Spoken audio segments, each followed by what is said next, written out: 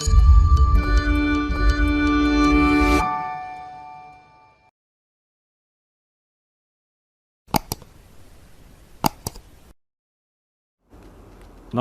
ഇന്ന് ഫിസിക്സിൻ്റെ ഏറ്റവും പ്രധാനപ്പെട്ട അവസാനത്തെ 3 ചാപ്റ്ററുകളാണ് റിവിഷൻ നടത്താൻ വേണ്ടി പോകുന്നത്.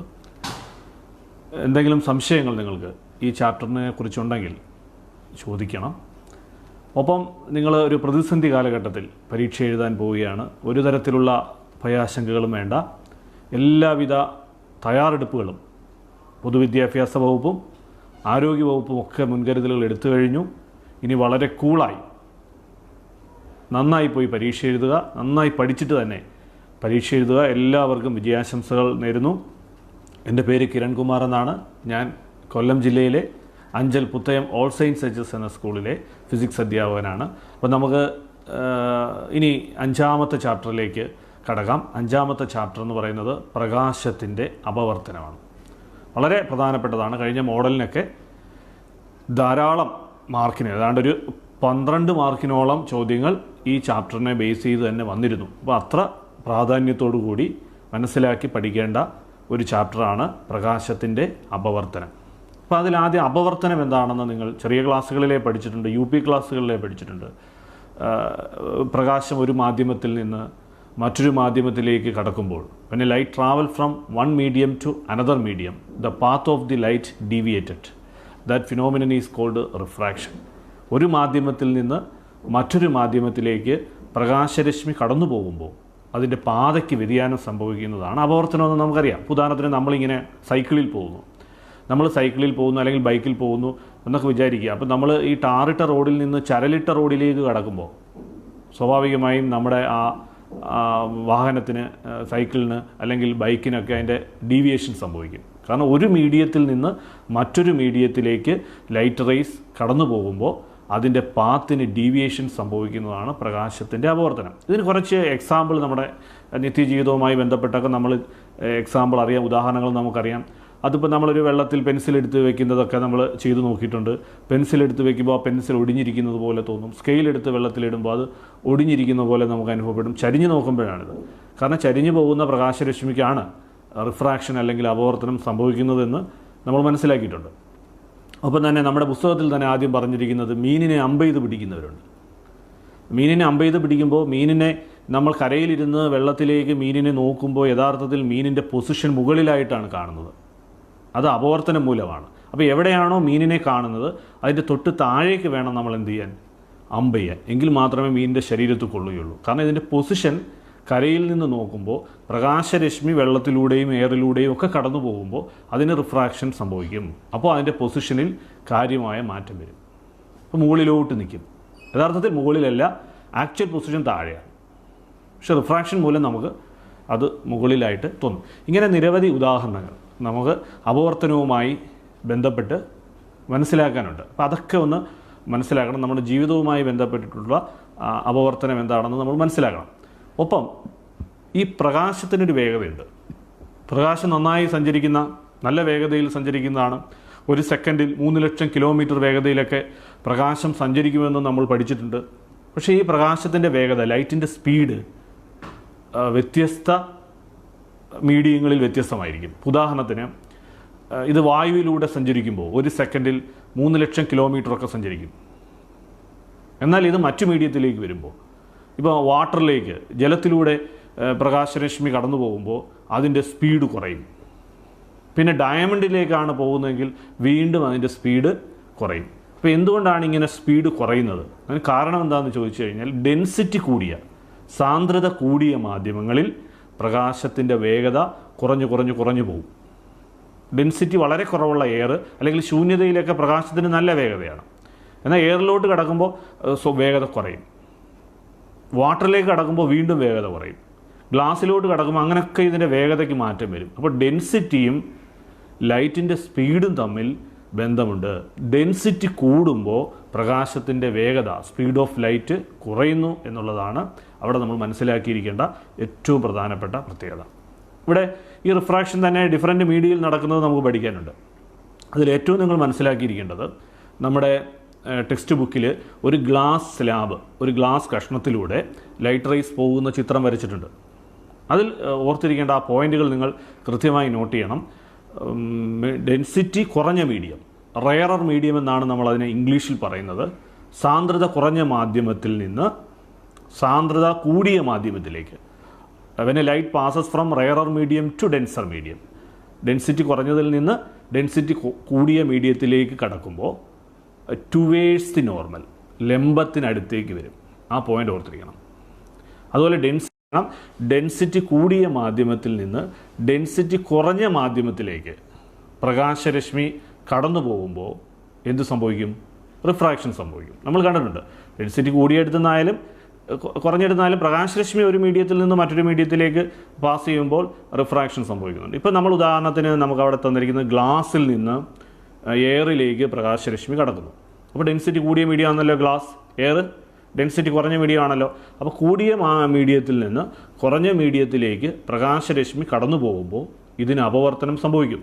ഈ അപവർത്തനം സംഭവിക്കുന്ന റിഫ്രാക്റ്റഡ് റേ, അപവർത്തന രശ്മി രണ്ടിൻ്റെയും കൂടെ ആ സെപ്പറേറ്റ് ചെയ്യുന്ന, എന്ന് വെച്ചാൽ എയറിനെയും ഗ്ലാസിനെയും സെപ്പറേറ്റ് ചെയ്യുന്ന ആ ഭാഗത്തൂടിയായിരിക്കും കടന്നു പോകുന്നത്. അപ്പോൾ അതിൻ്റെ ആംഗിൾ 90 ഡിഗ്രി ആയിരിക്കും. അപ്പോൾ റിഫ്രാക്റ്റഡ് റേ 90 ഡിഗ്രി ആകുമ്പോൾ ഉണ്ടാകുന്ന ആംഗിൾ ഓഫ് ഇൻസിഡൻറ്റിന് പറയുന്ന പേരാണ് ക്രിട്ടിക്കൽ കോൺ. അപ്പോൾ ആ ക്രിട്ടിക്കൽ കോൺ എന്താണെന്ന് മനസ്സിലാക്കണം. ഗ്ലാസിൻ്റെ ക്രിട്ടിക്കൽ കോൺ ഉണ്ട് അവിടെ, 42 ഡിഗ്രിയാണ്. അപ്പോൾ അത് ആംഗിൾ ഓഫ് ഇൻസിഡൻറ്റ് 42 ഡിഗ്രി ആകുമ്പോൾ ആ റിഫ്രാക്റ്റഡ് റേ എങ്ങനെ കടന്നു പോകുമെന്ന് ചോദിച്ചാൽ ഗ്ലാസിനെയും എയറിനെയും സെപ്പറേറ്റ് ചെയ്യുന്ന ഭാഗത്തുകൂടി കടന്നു പോകും. അതായത് അതിൻ്റെ ആംഗിൾ 90 ഡിഗ്രി ആവും. അപ്പോൾ റിഫ്രാക്റ്റഡ് റേയുടെ ആംഗിൾ 90 ഡിഗ്രി ആകുമ്പോൾ ഉണ്ടാകുന്ന ആംഗിൾ ഓഫ് ഇൻസിഡൻറ്റിന് പറയുന്ന പേരാണ് ക്രിട്ടിക്കൽ കോൺ എന്ന് പറയുന്നത്. ഈ ക്രിട്ടിക്കൽ കോൺ വീണ്ടും കൂടിയാൽ, അപ്പോൾ ആംഗിൾ ഓഫ് ഇൻസിഡൻ്റ് ആയിട്ടുള്ള ആ ക്രിട്ടിക്കൽ കോൺ എന്ന് പറയുന്നത് കൂടിയാൽ എല്ലാ ലൈറ്റ് റേസും എന്ത് ചെയ്യും? റിഫ്ലക്റ്റ് ചെയ്യും. That is total internal reflection. അപ്പോൾ angle of incident is greater than critical angle. Angle of incident critical ആംഗിളിനേക്കാൾ കൂടിയാൽ എല്ലാ രശ്മികളും റിഫ്ലക്റ്റ് ചെയ്തു വരും. അങ്ങനെ റിഫ്ലക്റ്റ് ചെയ്യുന്നതിന് പറയുന്ന പേരാണ് ടോട്ടൽ ഇൻറ്റേർണൽ റിഫ്ലക്ഷൻ എന്നാണ് പറയുന്നത്. മലയാളം മീഡിയംകാർ മനസ്സിലാക്കേണ്ടത്, പതനകോൺ ക്രിട്ടിക്കൽ കോണിനേക്കാൾ കൂടിയാൽ എല്ലാ രശ്മികളും പ്രതിഫലിക്കും. ഒരു രശ്മി പോലും അപവർത്തനം ചെയ്യത്തില്ല, എല്ലാ രശ്മികളും പ്രതിഫലിപ്പിക്കും. അപ്പോൾ അങ്ങനെ പ്രതിഫലിക്കുന്നതാണ് ടോട്ടൽ ഇൻറ്റേർണൽ റിഫ്ലക്ഷൻ എന്ന് പറയുന്നത്. ഇതിന് നമ്മുടെ നിത്യജീവിതത്തിൽ ഉപയോഗമുണ്ടോ? ഈ ടോട്ടൽ ഇൻറ്റേർണൽ റിഫ്ലക്ഷനൊക്കെ നമ്മൾ പഠിക്കുന്നു. എന്താണ് ഇതുകൊണ്ടുള്ള ജീവിതത്തിലെ പ്രയോജനം?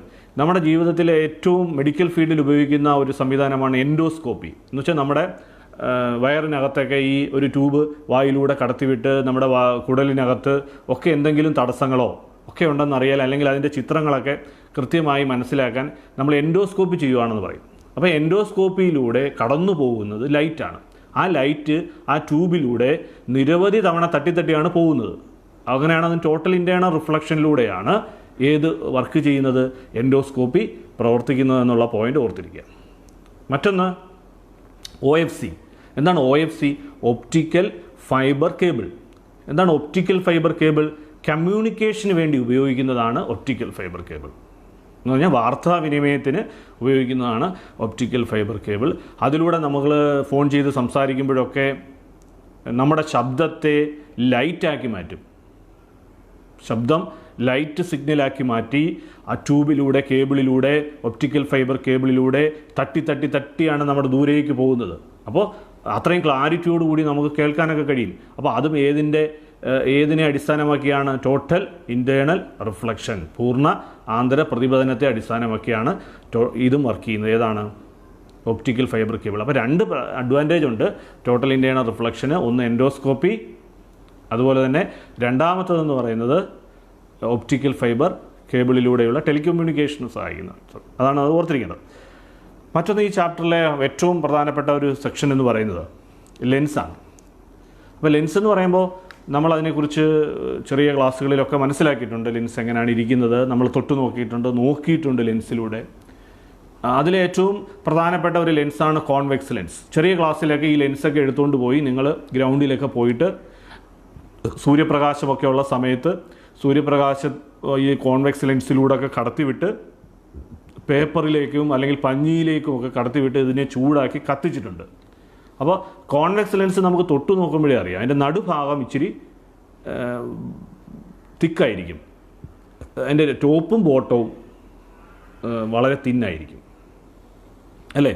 അപ്പോൾ അങ്ങനെയുള്ള ലെൻസാണ് കോൺവെക്സ് ലെൻസ്. അപ്പോൾ ആ കോൺവെക്സ് ലെൻസിന് നമ്മളൊരു പേര് പറയും കൺവേർജിങ് ലെൻസ് എന്ന് പറയും. എന്താണ് കൺവേർജിങ് ലെൻസ്?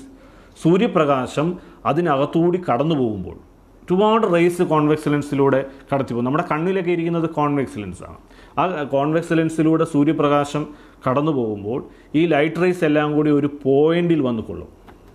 അപ്പോൾ എല്ലാ രശ്മികളെയും കൺവേർജ് ചെയ്യും, അടുപ്പിച്ചൊരു പോയിന്റിലേക്ക് എത്തിക്കും. ആ പോയിന്റ് നമ്മൾ പറയുന്ന ഒരു ഫോക്കസ് എന്നാണ്. അങ്ങനെ കൺവേർജ് ചെയ്യുന്നതുകൊണ്ട് ഇതിന് പറയുന്നത് കൺവേർജിങ് ലെൻസ് എന്ന് പറയും. അപ്പോൾ കോൺവെക്സ് ലെൻസിൻ്റെ മറ്റൊരു പേരാണ് കൺവേർജിങ് ലെൻസ് എന്ന് പറയുന്നത്, അത് ഓർത്തിരിക്കുക. മറ്റൊന്നൊരു ലെൻസ് ഉണ്ട് diverging, concave lens. Concave lens അതിൻ്റെ നടുഭാഗം നേരെ ഓപ്പോസിറ്റാണ്, കോൺവെക്സിൻ്റെ നേരെ ഓപ്പോസിറ്റാണ്. നടുഭാഗം വളരെ തിന്നായിരിക്കും, ടോപ്പും ബോട്ടവും നല്ല മുകളും താഴെയും നല്ല കട്ടിയുള്ളതായിരിക്കും. അങ്ങനെയുള്ളതാണ് കോൺകേവ് ലെൻസ്. അപ്പോൾ കോൺവെക്സ് ലെൻസും നമുക്ക് പഠിക്കാനുണ്ട്, കോൺകേവ് ലെൻസും പഠിക്കാനുണ്ട്. അപ്പോൾ ഈ കോൺവെക്സ് ലെൻസിലൂടെയും കോൺകേവ് ലെൻസിലൂടെയും പ്രകാശരശ്മി കടന്നു പോകുന്ന ചിത്രങ്ങളൊക്കെ വരയ്ക്കാൻ പറയും. ചിലപ്പോൾ ഒരു കോൺവെക്സ് ലെൻസ് എടുത്തു വെച്ചിട്ട് ഇൻസിഡൻറ്റ് റേ മാത്രം അതിലൂടെ പോകുന്ന കാണിക്കും, റിഫ്രാക്റ്റഡ് റേ നിങ്ങൾ വരയ്ക്കാൻ പറയും. അങ്ങനെയൊക്കെയുള്ള ചിത്രങ്ങൾ അങ്ങനെയൊക്കെയുള്ളത് പരീക്ഷയ്ക്ക് വരും. അപ്പോൾ കോൺവെക്സ് ലെൻസ് എടുത്തിട്ട് നിങ്ങൾ ചെയ്യേണ്ടത് അതിൻ്റെ നടുക്ക്, അതിൻ്റെ സെൻട്രലിൽ നമ്മളൊരു പോയിൻ്റ് അടയാളപ്പെടുത്തുക. ആ പോയിന്റിന് നമ്മൾ പറയുന്ന പേര് ഒപ്റ്റിക് സെൻറ്റർ എന്നാണ്. O എന്ന് അടയാളപ്പെടുത്തി. അപ്പോൾ ആ ഒപ്റ്റിക് സെൻറ്ററുള്ള ആ കോൺവെക്സ് ലെൻസിലൂടെ ആ ഒരു ലൈൻ വരയ്ക്കുമ്പോൾ നമ്മൾ അതിൻ്റെ ഒരു പ്രിൻസിപ്പൽ ആക്സിസ് ഒക്കെ വരച്ചതിന് ശേഷം ആ ഒരു പ്രകാശരശ്മിയെ, ഒരു ലൈറ്റ് റേസിനെ ഈ പ്രിൻസിപ്പൽ ആക്സിസിന് പാരലായി കടന്നു പോകാൻ അനുവദിച്ചാൽ, ശ്രദ്ധിക്കണം, കോൺവെക്സ് ലെൻസിൻ്റെ പ്രിൻസിപ്പൽ ആക്സിസിന് പാരലായാണ് ഇൻസിഡൻ്റ് റേ കടന്നു പോകുന്നതെങ്കിൽ ആഫ്റ്റർ ദി റിഫ്രാക്ഷൻ, അപവർത്തനത്തിന് ശേഷം അത് ഫോക്കസിലൂടെ കടന്നു പോകും. ആ പോയിന്റ് ഓർത്തിരിക്കുക. ഫോക്കസിലൂടെയാണ് ലൈറ്റ് റേസ് വന്ന് കോൺവെക്സ് ലെൻസിൽ തട്ടുന്നതെങ്കിൽ പാരലായി പോകും. പഠിക്കാൻ വളരെ എളുപ്പമാണ്. ലൈറ്റ് റേസ് പാരലാണെങ്കിൽ ഫോക്കസിലൂടെ പോകും, ഫോക്കസിലൂടെ വന്നാൽ പാരലായിട്ട് പോകും. ഇനി സെൻട്രലിലൂടെ വന്നാൽ ദർ ഈസ് നോ റിഫ്രാക്ഷൻ, അത് സെൻട്രലിലൂടെ തന്നെ കടന്നു പോകും. അപ്പോൾ അങ്ങനെയുള്ള ആ 3 ചിത്രങ്ങൾ ഓർത്തിരിക്കണം. കോൺകേവ് ലെൻസിന് അതുപോലെ 3 ചിത്രങ്ങളുണ്ട്, അത് മനസ്സിലാക്കണം. ഈ ചിത്രങ്ങൾ അറിഞ്ഞെങ്കിൽ മാത്രമേ നമുക്ക് ഇതിൻ്റെ ഒരു ഇമേജ് ഫോർമേഷനിലേക്ക് പോകാൻ പറ്റുള്ളൂ. അതാണ് ഇതിൻ്റെ ബേസ് എന്ന് പറയുന്നത്. ഇമേജ് ഫോർമേഷൻ നമ്മൾ മനസ്സിലാക്കണമെങ്കിൽ ആദ്യം കോൺവെക്സ് ലെൻസിലും കോൺകേവ് ലെൻസിലെയും രേഖാചിത്രങ്ങൾ, ഇമേജ് ഫോം ചെയ്യുന്നതിന് മുന്നുള്ള ആ ലൈറ്റ് റേസ് പോകുന്നത് എങ്ങനെയെന്നുള്ളത് നമ്മൾ കൃത്യമായി മനസ്സിലാക്കണം. അപ്പോൾ അതാണ് അതിൻ്റെ ബേസ് എന്ന് പറയുന്നത്. പിന്നീട് നമ്മൾ നേരെ പോകുന്നത് ഇതിൻ്റെ ഇമേജ് ഫോർമേഷനിലേക്കാണ്. ഈ ഇമേജ് ഫോർമേഷൻ എന്ന് പറയുന്നത് ശ്രദ്ധിച്ചിരിക്കുക, അതിനകത്ത് നമ്മൾ ഒരു പടം ഉറപ്പാണ് നമ്മുടെ എക്സാമിന്. ഒരുപാട് പടങ്ങൾ അതിനകത്തുണ്ട്, 5ഓളം ചിത്രങ്ങളുണ്ട് അതിനകത്ത് ഈ F ഉണ്ട്, 2F ഉണ്ട്, അതൊക്കെ കൃത്യമായി നിങ്ങൾ അടയാളപ്പെടുത്തണം. ഒരു കോൺവെക്സ് ലെൻസ് വരച്ചിട്ട് അതിൻ്റെ Fഉം 2Fഉം കൃത്യമായി അടയാളപ്പെടുത്തുക. Fൻ്റെ ഇരട്ടിയാണ് 2F എന്ന് പറയുന്നത്. അപ്പോൾ ആ 2Fന് അപ്പുറമാണ്, ബിയോണ്ട് 2F എന്ന് വെച്ചാൽ ഓബ്ജക്റ്റ് അല്ലെങ്കിൽ മെഴുകുതിരിയൊക്കെ നമ്മൾ കത്തിച്ചു വയ്ക്കുന്നത് 2Fന് അപ്പുറമാണെന്നിരിക്കട്ടെ, 2Fന് അപ്പുറം. അപ്പോൾ ബിയോണ്ട് 2F എന്ന് അതിനെ നമ്മൾ ഇംഗ്ലീഷിൽ പറയും, 2Fന് അപ്പുറം എന്ന് മലയാളത്തിൽ പറയും. അല്ലെങ്കിൽ ചിലപ്പോൾ ഈ ചോദ്യങ്ങളൊക്കെ ഒന്ന് ഇൻഡയറക്റ്റ് ആയിട്ടൊക്കെ തരാം. ഉദാഹരണത്തിന് നിങ്ങളെടുത്ത് പറയുകയാണ് കോൺവെക്സ് ലെൻസിൻ്റെ ഫോക്കൽ ലെങ്ത് 10, ഓബ്ജക്റ്റ് ഇരിക്കുന്നത് 25 സെൻറ്റിമീറ്റർ അകലെ. എന്താ അതിൻ്റെ അർത്ഥം? ഫോക്കൽ ലെങ്ത് 10 സോ അതിൻ്റെ ഇരട്ടിയാണ് 2F, അത് 20. ഓബ്ജക്റ്റ് ഇരിക്കുന്നത് 25 സെൻറ്റിമീറ്റർ അകലെ എന്ന് പറഞ്ഞാൽ 2Fന് അപ്പുറം. ഇങ്ങനെ നമ്മൾ മനസ്സിലാക്കണം. ഉദാഹരണത്തിന് ഫോക്കൽ ലെങ്ത് 10, പിന്നെ ഓബ്ജക്റ്റ് ഇരിക്കുന്നത് 20 സെൻറ്റിമീറ്റർ അകലെ. എവിടെയായിരിക്കും ഇരിക്കുന്നത്? 2Fലാണ് ഇരിക്കുന്നത്. അങ്ങനെ നമ്മൾ അതിൽ നിന്ന് ചില ഹിൻറ്റുകൾ തരും, അതിൽ നിന്ന് മനസ്സിലാക്കണം Fലാണോ 2Fലാണോ, അത് 2Fന് അപ്പുറമാണോ, അല്ലെങ്കിൽ Fനും 2Fനും ഇടയിലാണോ എന്നൊക്കെയുള്ളത് മനസ്സിലാക്കണം. അപ്പോൾ 2Fന് അപ്പുറമാണ് ഇരിക്കുന്നതെങ്കിൽ നമ്മൾ ഓർത്തോണം, അതിലൊരു പ്രകാശരശ്മി നേരെ പോകുന്നു, പാരലായിട്ട് പോകുന്നു, പ്രിൻസിപ്പൽ ആക്സിന് പാരലായിട്ട് പോകുന്നു, അത് ഫോക്കസിലൂടെ പോകുന്നു. മറ്റത് സെൻറ്ററിലൂടെ പോകുന്നു. ഇത് രണ്ടും കൂട്ടിമുട്ടുന്ന എടുത്ത് നമ്മൾ ഇമേജ് ഫോം ചെയ്യുന്നതായിട്ട് കണക്കാക്കുന്നു. ആ ഇമേജ് ഫോം ചെയ്യുന്നത് Fനും 2Fനും ഇടയിലാണെന്ന് മനസ്സിലാക്കുന്നു. തലതിരിഞ്ഞ ഇമേജ് ഫോം ചെയ്യുന്നു അല്ലേ, ഇൻവേർട്ടഡ് ഇമേജ്, റിയൽ ആയിട്ടുള്ള ഇമേജ് ഫോം ചെയ്യുന്നു. ചെറിയ ഇമേജാണ് അപ്പോൾ ഉണ്ടാകുന്നത്. അപ്പോൾ അങ്ങനെയുള്ള ചിത്രങ്ങൾ മനസ്സിലാക്കണം. ഈ ചാപ്റ്ററിൽ വളരെ ഇമ്പോർട്ടൻ്റ് ആണ്. അത് വരച്ച് തന്നെ പഠിക്കണം. സമയമാകുമ്പോൾ നമ്മൾ ഒരുപാട് പരീക്ഷാ പേപ്പറുകളൊക്കെ നോക്കുമ്പോൾ കണ്ടിട്ടുണ്ട് പലരും ഈ ലൈറ്റ് റേസ് നേരെ പോകുന്നു, അത് ഫോക്കസിലൂടെ ഒന്നും ആയിരിക്കില്ല പോകുന്നത്. അപ്പോൾ അങ്ങനെയുള്ള തെറ്റുകൾ ഉണ്ടാകാൻ പാടില്ല. പ്രിൻസിപ്പൽ ആക്സിസിലൂടെ പോകുന്ന ലൈറ്റ് റേസ് വളരെ സിമ്പിളായി നിങ്ങൾക്ക് വരയ്ക്കാൻ പറ്റും, ഒട്ടും പ്രയാസമില്ല. ചിത്രമാണ്, പടം വരയ്ക്കാനൊക്കെ എനിക്ക് പ്രയാസമാണ് എന്നൊന്നും ധരിക്കരുത്. ലൈറ്റ് റേസ് പാരലായിട്ട് പോയാൽ അത് ഫോക്കസിലൂടെ പോകും, ഫോക്കസിലൂടെ പോയാൽ അത് പാരലായിട്ട് പോവും, സെൻറ്ററിലൂടെ പോയാൽ അത് സെൻറ്ററിൽ കൂടെ തന്നെ പോവും. രണ്ട് ലൈറ്റ് റേസിലൂടെ കൂട്ടിമുട്ടുന്ന എവിടെയാണെന്ന് നോക്കണം. ആ കൂട്ടിമുട്ടുന്നത് 2F അപ്പുറമാണെങ്കിൽ Fനും 2Fനും ഇടയിലാണ്. ഇനി 2Fലാണ് ഓബ്ജക്റ്റ് വെച്ചിരിക്കുന്നതിൽ 2F തന്നെ ഉണ്ടാവും ഇമേജ്, അതൊക്കെ ഓർത്തിരിക്കണം. അപ്പോൾ ഇങ്ങനെയാണ് നമ്മൾ അതിൻ്റെ ചിത്രം വരയ്ക്കുന്നത്. അപ്പോൾ ചിത്രം വരയ്ക്കാനുള്ളത് എല്ലാവരും ശ്രദ്ധിച്ച് മനസ്സിലാക്കി പഠിച്ചു വേണം പോകാൻ. ഏത് ചിത്രമെന്ന് നമുക്ക് പറയാൻ കഴിയില്ല. എല്ലാ ചിത്രങ്ങളും വരച്ച് നോക്കണം, മനസ്സിലാക്കി വരയ്ക്കണം. ഇമേജ് എവിടെയാണ് ഫോം ചെയ്യുന്നതെന്നൊന്ന് അറിഞ്ഞു തന്നെ വരയ്ക്കണം. ഇമേജ് ഫോം ചെയ്യുന്നത് എവിടെയാണെന്ന് അറിയണം. പിന്നെ ആ ഇമേജിൻ്റെ ക്യാരക്ടറിസ്റ്റിക്സ്, കോൺവെക്സ് ലെൻസിലുണ്ടാകുന്ന മിക്ക ഇമേജുകളും ഇൻവേർട്ടഡ് ആയിരിക്കും, റിയൽ ആയിരിക്കും. അപ്പോൾ അങ്ങനെ അത് കോമൺ ആയിട്ട് നമുക്ക് എഴുതാൻ പറ്റും. അപ്പോൾ അങ്ങനെയുള്ളത് അത് നോക്കി വേണം പോകാൻ. മറ്റൊന്നെന്ന് പറയുന്നത് ഈ ന്യൂ കാർട്ടീഷ്യൻ സൈൻ കൺവെൻഷനാണ്. ഈ ന്യൂ കാർട്ടീഷ്യൻ സൈൻ കൺവെൻഷൻ എന്ന് പറയുമ്പോൾ നമുക്കറിയാം, നിങ്ങളത് മിററിൽ പഠിച്ചതാണ്. ലെൻസിൻ്റെ സെൻറ്ററിൽ നിന്നാണ് നമ്മൾ ഈ അളക്കാൻ പോകുന്നത്, മെഷർ ചെയ്യാൻ പോകുന്നത്. ലെൻസിൻ്റെ സെൻറ്ററിൽ നിന്ന് ഇടത്തോട്ട് ഇളക്കുന്നതൊക്കെ നെഗറ്റീവും വലത്തോട്ട് ഇളക്കുന്നതൊക്കെ പോസിറ്റീവുമായിരിക്കും. അപ്പോൾ യു കോൺവെക്സ് ലെൻസിൽ എപ്പോഴും മൈനസ് ആയിരിക്കും. വിയും എഫും മിക്കപ്പോഴും എന്തായിരിക്കും? പോസിറ്റീവായിരിക്കും. കാരണം ഇമേജ് റൈറ്റ് സൈഡിലാണ് ഫോം ചെയ്യുന്നത്, അതുകൊണ്ടത് പോസിറ്റീവ്. ഓബ്ജക്റ്റ് ഇരിക്കുന്ന ലെഫ്റ്റ് സൈഡിലാണ്, അപ്പോൾ അത് നെഗറ്റീവ്. അപ്പോൾ അങ്ങനെ നോക്കി മനസ്സിലാക്കുക. അപ്പോൾ ലെഫ്റ്റിലോട്ട് പോകുമ്പോൾ നെഗറ്റീവ്, റൈറ്റിലോട്ട് പോകുമ്പോൾ പോസിറ്റീവ്. അങ്ങനെ സൈൻ ചെയ്ത് പഠിക്കുക. പിന്നെ മാഗ്നിഫിക്കേഷൻ എന്ന് പറയുമ്പോൾ നമ്മൾ പഠിക്കുന്നുണ്ട് height of the image divided by height of the object. അപ്പോൾ അത് ഓബ്ജക്റ്റ് എപ്പോഴും മുകളിലാണ് ഇരിക്കുന്നത്, ഇമേജ് തലതിരിഞ്ഞാണ് വരുന്നതെങ്കിൽ എന്തായിരിക്കും? ഹൈറ്റ് ഓഫ് ദി ഓബ്ജക്റ്റ് എന്ന് പറയുന്നത് പോസിറ്റീവും ഹൈറ്റ് ഓഫ് ദി ഇമേജ് താഴോട്ടായതുകൊണ്ട് ഇൻവേർട്ടഡ് ആയതുകൊണ്ട് അത് നെഗറ്റീവുമായിരിക്കും. അപ്പോൾ അങ്ങനെയുള്ള പോയിന്റുകൾ ന്യൂ കാർട്ടീഷ്യൻ സൈൻ കൺവെൻഷനിൽ ഓർത്തിരിക്കണം. അപ്പോൾ കോമണായിട്ട് പറയാൻ നമുക്ക് വേണമെങ്കിൽ എന്താ, കോൺവെക്സ് ലെൻസിൻ്റെ യു നെഗറ്റീവായിരിക്കും, ബാക്കിയൊക്കെ പോസിറ്റീവായിരിക്കും. അതുപോലെ തന്നെ യു എന്ന് പറഞ്ഞാൽ ഓബ്ജക്റ്റ് ഡിസ്റ്റൻസ് ആണ്, വി എന്ന് പറഞ്ഞാൽ ഇമേജ് ഡിസ്റ്റൻസ് ആണ്, എഫ് എന്ന് പറയുന്നത് ഫോക്കൽ ലെങ്ത് ആണ്. അതിൻ്റെ ലെൻസിൻ്റെ ഇക്വേഷൻ പഠിക്കണം. 1/f = 1/v - 1/u എന്ന് പറയുന്ന ഇക്വേഷനൂടെ ഓർത്തിരിക്കണം. ഈ മിററിൻ്റെയും ലെൻസിൻ്റെയും ഒക്കെ ഇക്വേഷൻ പഠിക്കുമ്പോൾ അന്ന് താരതമ്യം ചെയ്ത് തന്നെ പഠിക്കണം, മറന്നു പോകാതിരിക്കാൻ വേണ്ടിയിട്ട്. അപ്പോൾ ഇല്ലെങ്കിൽ ഇത് എല്ലാം കൂടെ ഒരു കൺഫ്യൂഷനായി പോകും. മറ്റൊന്നെന്ന് പറയുന്നത് നമ്മുടെ കോൺകേവ് ലെൻസ്. കോൺകേവ് ലെൻസിൽ നമ്മൾ ശ്രദ്ധിച്ചാൽ മതി, ഒരൊറ്റ ചിത്രമേ ഉള്ളൂ. അത് ഓബ്ജക്റ്റ് ഇരിക്കുന്ന സൈഡിൽ തന്നെയാണ് ഇമേജ് വരുന്നത്. അപ്പോൾ സ്വാഭാവികമായും എല്ലാം എന്ത് തന്നെ വരും? മൈനസ് തന്നെ വരും, യു മൈനസ് തന്നെ വരും. അതുപോലെ വിയും അവിടെ തന്നെ ഫോം ചെയ്യുന്നതുകൊണ്ട് അതും എന്ത് തന്നെ വരും? മൈനസ് തന്നെ വരും. അപ്പോൾ അതിൻ്റെ ചിത്രം ഇവിടെ നോക്കണം. എല്ലാം ലെഫ്റ്റിലേക്കാണ്, അല്ലെങ്കിൽ ഇൻസിഡൻറ്റ് റേ വരുന്നിടത്തേക്കാണ് നമ്മുടെ മെഷർമെൻ്റ് എല്ലാം പോകുന്നത്. അതുകൊണ്ട് അത് മൈനസ് ആയിരിക്കും സൂചിപ്പിക്കും. അപ്പോൾ അതാണ് ന്യൂ കാർട്ടീഷ്യൻ സൈൻ കൺവെൻഷനെ കുറിച്ച് നമ്മൾ അറിഞ്ഞിരിക്കേണ്ടത്.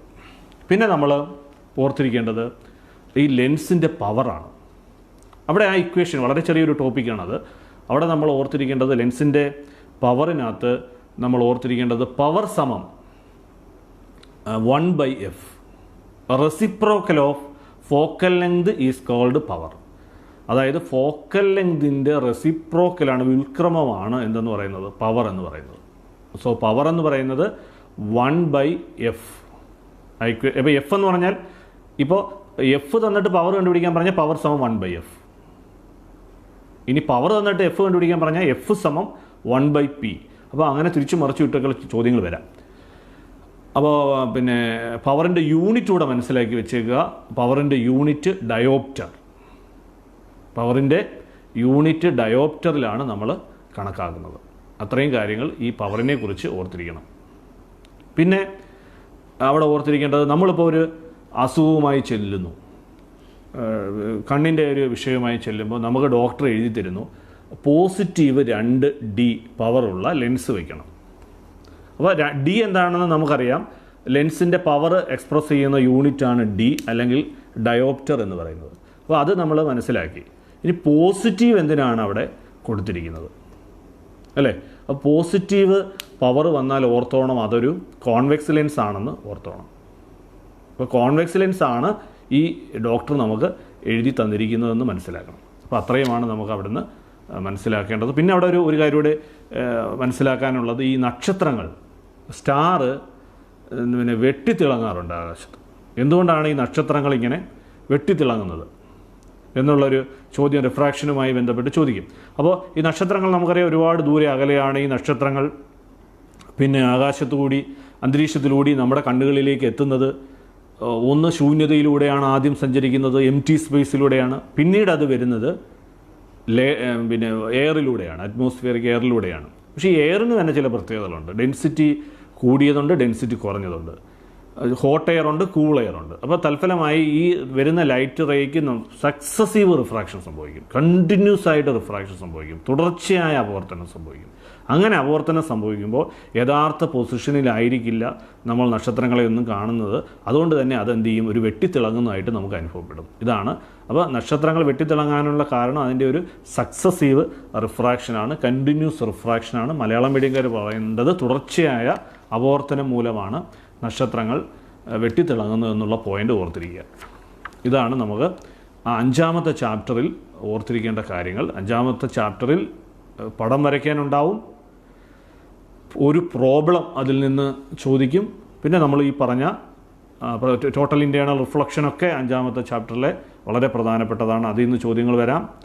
ഇതൊക്കെ വളരെ പ്രധാനപ്പെട്ടതാണ്, ഒരുപാട് ചോദ്യങ്ങൾ. അപ്പോൾ ഈ sine i by sine r വെച്ചുള്ളൊരു കണക്ക് നമുക്ക് ചോദിക്കാം. സ്നെൽസ് നിയമം എന്താണെന്ന് അറിയണം. അപ്പോൾ ഇതെല്ലാം ഇതിനകത്ത് വളരെ പ്രധാനപ്പെട്ടതാണ്. വളരെ ഗൗരവത്തോടുകൂടി പഠിക്കേണ്ട ഒരു ചാപ്റ്ററാണ് പ്രകാശത്തിൻ്റെ അപവർത്തനം. കാരണം നമ്മുടെ മുന്നിലുണ്ട് മോഡലിന് നമുക്ക് 10ൽ കൂടുതൽ മാർക്കിന് ചോദിച്ച ഒരു ചാപ്റ്ററാണ് പ്രകാശത്തിൻ്റെ അപവർത്തനം, റിഫ്രാക്ഷൻ ഓഫ് ലൈറ്റ്.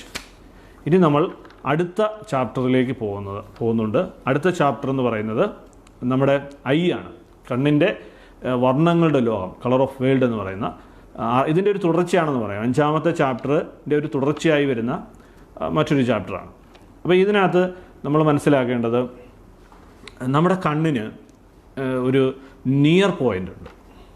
ഇപ്പം നമ്മൾ നേരത്തെ പറഞ്ഞു നമ്മുടെ കണ്ണിലിരിക്കുന്ന ലെൻസ് ഏതാണ്, കോൺവെക്സ് ലെൻസാണ് അല്ലേ. ഇപ്പം ഞാനിപ്പോൾ ഈ പേന എടുത്ത് എൻ്റെ കണ്ണിനടുത്തേക്ക് വെച്ചാൽ എനിക്കിങ്ങനെ നോക്കിയാൽ നല്ല സ്ട്രെയിൻ അനുഭവപ്പെടും. പക്ഷേ ഞാനിതിങ്ങനെ ഇങ്ങനെ നീട്ടി പോയി ഒരു 25 സെൻറ്റിമീറ്റർ അകലെ വയ്ക്കുമ്പോൾ, ആരോഗ്യമുള്ളൊരു കണ്ണിന് 25 സെൻറ്റിമീറ്റർ അകലെ വയ്ക്കുമ്പോൾ വ്യക്തമായി നമുക്ക് കാണാൻ കഴിയും. അപ്പോൾ ഒരാളുടെ നിയർ പോയിൻ്റ് എന്ന് പറയുന്നത് 25 സെൻറ്റിമീറ്ററാണ്.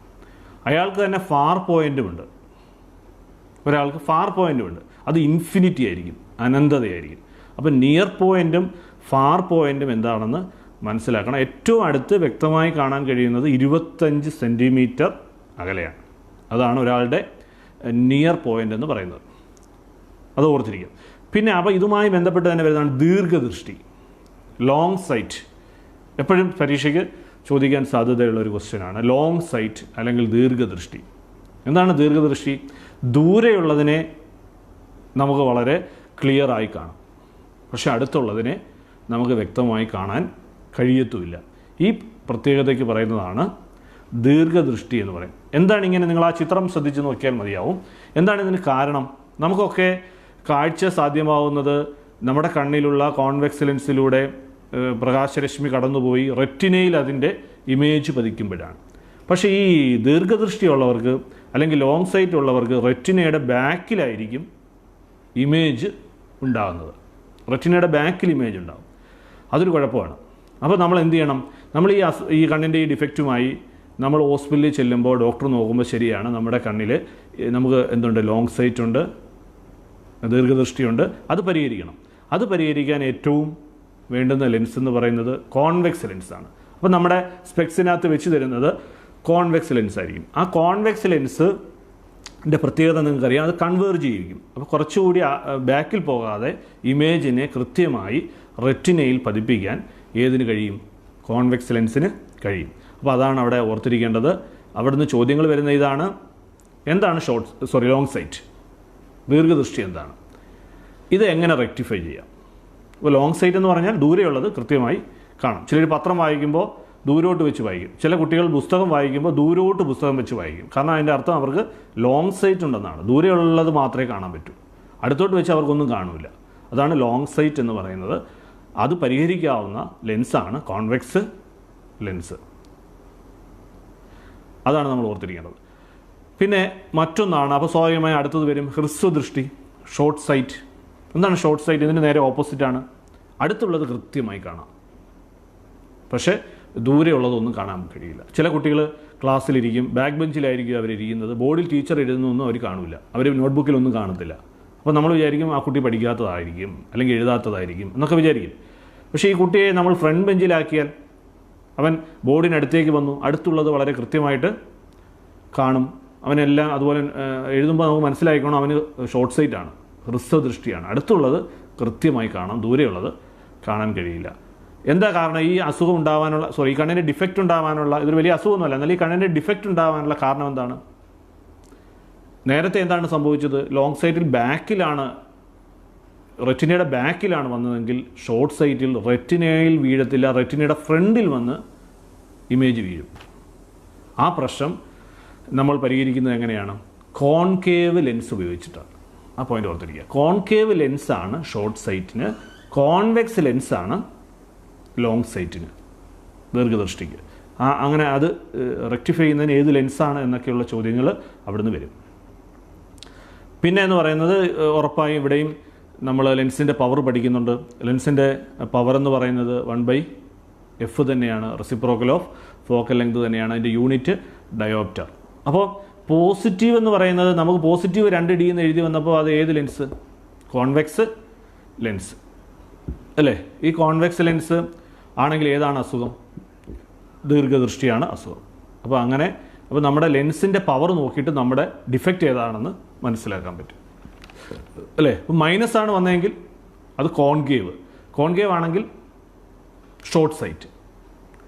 പവർ നോക്കി, പവർ -D ആണോ അതോ പോസിറ്റീവ് D ആണോ എന്ന് നോക്കി നമ്മുടെ ഡിഫക്റ്റ് ഏതാണെന്നുള്ളൊരു ചോദ്യം വരാം. അത് മനസ്സിലാക്കിക്കൊണ്ട് തന്നെ പോകണം. പിന്നൊന്നാണ് ഈ പ്രസ് ബയോപ്പിയ. നമ്മൾ ആദ്യം മനസ്സിലാക്കേണ്ടത് പവർ ഓഫ് അക്കോമഡേഷൻ, സമഞ്ജനക്ഷമത എന്നൊക്കെ പറയും. പവർ ഓഫ് അക്കോമഡേഷൻ എന്ന് പറയുമ്പോൾ ഈ നമ്മുടെ കണ്ണിൻ്റെ സീലിയറി മസിൽസിന് ഈ നമ്മുടെ കണ്ണിൻ്റെ ലെൻസിനെയും ഒക്കെ ഈ സൂം ചെയ്യാനും അഡ്ജസ്റ്റ് ചെയ്യാനും ഒക്കെയുള്ള കഴിവുണ്ട്. അതൊക്കെ നമ്മൾ പ്രായം കൂടുന്തോറും, നമ്മൾ ഇച്ചിരി എൽഡറായൊക്കെ വരുമ്പോൾ, ഏജ്ഡായി വരുമ്പോൾ നമുക്ക് എന്ത് സംഭവിക്കും? ഈ സീലിയറി മസിൽസിൻ്റെ എബിലിറ്റിയൊക്കെ കുറയും. അപ്പോൾ നമുക്കുണ്ടാവുന്നതാണ് വെള്ളെഴുത്ത്. അതൊരു അസുഖമാണെന്ന് പറയാൻ കഴിയില്ല. പ്രായാധിക്യം കൊണ്ട് നമ്മുടെ കണ്ണിന് സ്വാഭാവികമായി ഉണ്ടാകുന്ന അതിൻ്റെ ഒരു എഫിഷ്യൻസിയുടെ കുറവ് തന്നെയാണ് എന്തിന് കാരണമായി മാറുന്നത്? വെള്ളെഴുത്തിന് കാരണമായി മാറുന്നത്. അപ്പോൾ ഈ വെള്ളെഴുത്ത് എന്ന് പറഞ്ഞാൽ എന്ത് തന്നെയാണ്? അവർക്കും ഈ അടുത്തുള്ളതിനെ കൃത്യമായി കാണാൻ കഴിയാതെ വരികയും ദൂരെയുള്ളതിനെ കാണാൻ കഴിയുകയൊക്കെ ചെയ്യുന്നതാണ് എന്ത് തന്നെ? ഈ വെള്ളെഴുത്ത് തന്നെ. അപ്പോൾ അതും ഒന്ന് നോക്കിക്കൊണ്ട് പോകേണ്ട ഒന്നാണ്. മറ്റൊന്ന്, വെള്ളെഴുത്തിൻ്റെ ഇംഗ്ലീഷ് എന്ന് പറയുന്നത് പ്രസ് ബയോപ്പിയ. മറ്റൊന്ന് നേത്രദാനം, ഐ ഡൊണേഷൻ. നമ്മൾ ഇതൊക്കെ മനസ്സിലാക്കുമ്പോഴും ഈ ഐ ഡൊണേഷൻ എന്താണ് എന്ന് മനസ്സിലാക്കണം. ഒരാൾ മരിച്ച് 6 മണിക്കൂറിന് മുമ്പ് അയാളുടെ കണ്ണിൽ നിന്ന് കോർണിയയാണ് എടുത്തു മാറ്റുന്നത്. ഇപ്പോൾ നമ്മൾ ഒരുപാട് ട്രാൻസ്പ്ലാന്റേഷൻ കണ്ടുകൊണ്ടിരിക്കുകയാണ്. കിഡ്നി ദാനം ചെയ്യുന്നവർ, പിന്നെ ഹൃദയം ഹെലികോപ്റ്ററിലൂടെയൊക്കെ കൊണ്ടുപോയ വാർത്തകളും ഒക്കെ നമ്മൾ ഈ അടുത്ത സമയത്ത് കണ്ടതാണ്. അപ്പോൾ ഇവിടെയൊക്കെ ഇത്ര സമയത്തിനുള്ളിൽ ഇത് മാറ്റി മറ്റൊരാൾക്ക് കൊടുത്ത് അയാളുടെ ജീവിതം രക്ഷപിടിപ്പിക്കുക എന്നുള്ളതാണ്. അപ്പോൾ ഒരുപാട് പേർക്ക് ഈ കണ്ണ് മാറ്റി വെച്ച് കഴിഞ്ഞാൽ, കോർണിയ മാറ്റി വെച്ച് കഴിഞ്ഞാൽ അവർക്കൊക്കെ ഒരു വർണ്ണശബളമായ ഒരു ജീവിതം അല്ലെങ്കിൽ എല്ലാ കാഴ്ചകളും ഉള്ള ഒരു ജീവിതം കിട്ടും. അപ്പോൾ നമ്മൾ ഈ എന്തെങ്കിലും പെട്ടെന്നുണ്ടായ ആക്സിഡൻറ്റ് മൂലമൊക്കെ മരിക്കുമ്പോൾ നമ്മുടെ കണ്ണ് ദാനം ചെയ്താൽ, അപ്പോൾ ആരെങ്കിലുമൊക്കെ അങ്ങനെ അവർക്കൊരു അവയർനെസ്സൊക്കെ നമുക്ക് കൊടുക്കാം. അവർക്ക് 6 മണിക്കൂറിനുള്ളിൽ അവരുടെ ശരീരത്തിൽ നിന്ന് ഈ കോർണിയ മാറ്റിയാൽ മറ്റൊരാൾക്ക് കാഴ്ച ലഭിക്കും എന്നുള്ള ഒരു കാര്യം കൂടി നമ്മളിവിടെ ഓർത്തിരിക്കുക. മറ്റൊന്നെന്ന് പറയുന്നത് ഏറ്റവും പ്രധാനപ്പെട്ട മറ്റൊന്ന്, ഇനി ഈ ചാപ്റ്ററിൻ്റെ തന്നെ മറ്റൊരു ഭാഗത്തിലേക്ക് നമ്മൾ കടക്കുകയാണ്, ഡിസ്പേർഷൻ ഓഫ് ലൈറ്റ്. ഈ ഡിസ്പേർഷൻ ഓഫ് ലൈറ്റ് എന്ന് പറയുന്നത് പ്രകാശത്തിൻ്റെ പ്രകീർണനമാണ്. അപ്പോൾ ഡിസ്പേർഷൻ ഓഫ് ലൈറ്റ് ഒരു ഉദാഹരണം നമുക്ക് പറയാം. ഒരു പ്രിസം എടുത്ത് വെച്ചിട്ട് ആ പ്രിസത്തിലൂടെ നമ്മൾ ചരിച്ച് ടോർച്ചൊക്കെ അടിച്ചു പിടിക്കുകയാണ്, വൈറ്റ് ലൈറ്റ് അടിച്ചു പിടിക്കുകയാണ്. അപ്പോൾ വെളുത്ത നിറത്തിലുള്ള ധവളപ്രകാശം എന്ന് പറയും. ഈ ധവളപ്രകാശം പ്രിസത്തിലേക്ക് കടക്കുമ്പോൾ 7 വർണ്ണങ്ങളായി മാറും. VIBGYOR, violet, indigo, blue, green, yellow, orange, red ഇങ്ങനെ 7 നിറങ്ങളായിട്ട് ഈ പ്രകാശരശ്മികൾ മാറും. ഈ 7 നിറങ്ങളായിട്ട് മാറുമ്പോൾ ഏറ്റവും കൂടുതൽ ഡീവിയേഷൻ സംഭവിക്കുന്ന നിറം വയലറ്റാണ്. ഏറ്റവും കുറച്ച് ഡീവിയേഷൻ സംഭവിക്കുന്നത് റെഡിനാണ്. ഏറ്റവും കൂടുതൽ വേവ് ലെങ്ത് കൂടുതലുള്ളത് റെഡിനാണ്. പിന്നെ ഓറഞ്ച്, റോയിക്കാണെന്ന് വേണമെങ്കിൽ പറയാം. റെഡ്, ഓറഞ്ച്, യെല്ലോ ഏറ്റവും കൂടുതൽ വേവ് ലെങ്ത് ഉള്ള നിറമാണ്. അപ്പോൾ അതിന് കുറച്ച് മാത്രമേ ഡീവിയേഷൻ സംഭവിക്കൂ. ഏറ്റവും കൂടുതൽ ഡീവിയേഷൻ സംഭവിക്കുന്നത് വയലറ്റിനാണ്. അതിന് വേവ് ലെങ്ത് കുറവാണ്. ആ പോയിന്റ് ഓർത്തിരിക്കണം. ഈ പ്രിസത്തിലൂടെ സൂര്യപ്രകാശം കടക്കുമ്പോൾ white light split into its component colours. That phenomenon is called dispersion of light. വെളുത്ത പ്രകാശം അല്ലെങ്കിൽ സമുന്നത പ്രകാശം ഒരു പ്രിസത്തിലൂടെ അല്ലെങ്കിൽ ഒരു മാധ്യമത്തിൽ നിന്ന് മറ്റൊരു മാധ്യമത്തിലേക്ക് കടക്കുമ്പോൾ അതിൻ്റെ കമ്പോണൻറ്റ് ഘടകവർണ്ണങ്ങളായി മാറും. ഈ ഘടകവർണ്ണങ്ങളായിട്ട് മാറുന്നത് ഇതിന് പറയുന്ന പേരാണ് ഡിസ്പേർഷൻ ഓഫ് ലൈറ്റ് എന്നാണ് അതിന് പറയുന്നത്. പ്രകാശ പ്രകീർണനം എന്നാണ് അതിന് പറയുന്നത്. ഏറ്റവും കൂടുതൽ ഡീവിയേഷൻ സംഭവിക്കുക, അവിടെ ഓർത്തിരിക്കേണ്ടത് ഏറ്റവും കൂടുതൽ ഡീവിയേഷൻ സംഭവിക്കുന്നത് വയലറ്റ്. കാരണം എന്താണെന്ന് വെച്ചാൽ വേവ് ലെങ്ത് കുറവാണ്. ഏറ്റവും കുറച്ച് ഡീവിയേഷൻ സംഭവിക്കുന്നത് റെഡിന്. അങ്ങനെ വിബ്ജിയോർ എന്ന് എഴുതി കാണിക്കാം. പടം വരയ്ക്കാൻ ചിലപ്പോൾ ചോദിക്കും. അപ്പോൾ ആ ഏറ്റവും കൂടുതൽ ഡീവിയേറ്റ് ചെയ്യുന്ന ഏറ്റവും ആ ബേസിൻ്റെ പ്രിസത്തിൻ്റെ ബേസിൻ്റെ ഭാഗത്തേക്ക് വരുന്നത് വയലറ്റ്. പിന്നെ അവിടുന്ന് വിബ്ജിയോർ എഴുതി പോയാൽ മതിയാവും. അപ്പോൾ നമുക്കത് തെറ്റില്ല. അപ്പോൾ കൃത്യമായി വരയ്ക്കാൻ പറ്റും. അപ്പോൾ അതാണ് നമ്മൾ ഈ പ്രകാശ പ്രകീർണനത്തെക്കുറിച്ച് മനസ്സിലാക്കേണ്ടത്, അല്ലെങ്കിൽ ഡിസ്പേർഷൻ ഓഫ് ലൈറ്റിനെ കുറിച്ച് മനസ്സിലാക്കേണ്ടത്. അപ്പോൾ അതിൻ്റെ ഒരു തുടർച്ച തന്നെയാണ് റെയിൻബോ, മഴവില്ല്. മഴവില്ല് നമ്മളൊക്കെ കണ്ടിട്ടുണ്ട്. രാവിലെ നമ്മൾ മഴവില്ല് കാണുന്നത് വെസ്റ്റിലായിരിക്കും. എപ്പോഴും സൂര്യൻ്റെ എതിർദിശയിലേ മഴവില്ല് കാണും. അപ്പോൾ രാവിലെ നമ്മൾ കാണുന്നത് വെസ്റ്റിലും വൈകിട്ട് നമ്മൾ കാണുന്നത് ഈസ്റ്റിലുമായിരിക്കും. കാരണം സൂര്യപ്രകാശം മഴത്തുള്ളിയിലൂടെ കടന്നു പോകുമ്പോഴാണ് ഡിസ്പേർഷൻ സംഭവിക്കും. അപ്പോൾ ഡിസ്പേർഷനാണ് എന്തിന് കാരണം? പ്രകാശ പ്രകീർണനമാണ് ഏതിന് കാരണം? മഴവില്ലുണ്ടാകാൻ കാരണം. മഴയ്ക്ക് തൊട്ട് മുമ്പോ, before the rain or after the rain, മഴയ്ക്ക് തൊട്ട് മുമ്പോ മഴയ്ക്ക് ശേഷമോ അന്തരീക്ഷത്തിൽ ജലകണികകൾ ഉണ്ടാവും. ഈ ജലകണികകളിലൂടെ സൂര്യപ്രകാശം സഞ്ചരിക്കും. സൺലൈറ്റ് പാസ് ചെയ്യും ജലകണികളിലൂടെ. അങ്ങനെ പാസ് ചെയ്യുന്ന പ്രകാശരശ്മി 7 ഘടകങ്ങളായി മാറും. എന്തുകൊണ്ട്? ഡിസ്പേർഷൻ മുഖേന. അപ്പോൾ ഈ മഴത്തുള്ളിക്ക് അകത്ത് വെച്ച് 2 തവണ റിഫ്രാക്ഷൻ സംഭവിക്കും. കയറുമ്പോഴും ഇറങ്ങുമ്പോഴും. ഒരു തവണ അതിനകത്ത് ഔട്ടർ സർഫസിൽ വെച്ചിട്ട് അതിൻ്റെ ആ ഭാഗത്ത് തട്ടി തിരിച്ചു വരും. അതിന് ഇൻറ്റേർണൽ റിഫ്ലക്ഷൻ എന്നാണ് പറയുന്നത്, ആന്തര പ്രതിപതനം. അപ്പോൾ മഴത്തുള്ളിയിൽ എന്തൊക്കെ നടക്കുന്നു എന്ന് ചോദിച്ചാൽ നിങ്ങൾ പറയണം 2 തവണ റിഫ്രാക്ഷനും 1 തവണ ഇൻറ്റേർണൽ റിഫ്ലക്ഷനും സംഭവിക്കും. ആ പോയിന്റ് ഓർത്തിരിക്കുക.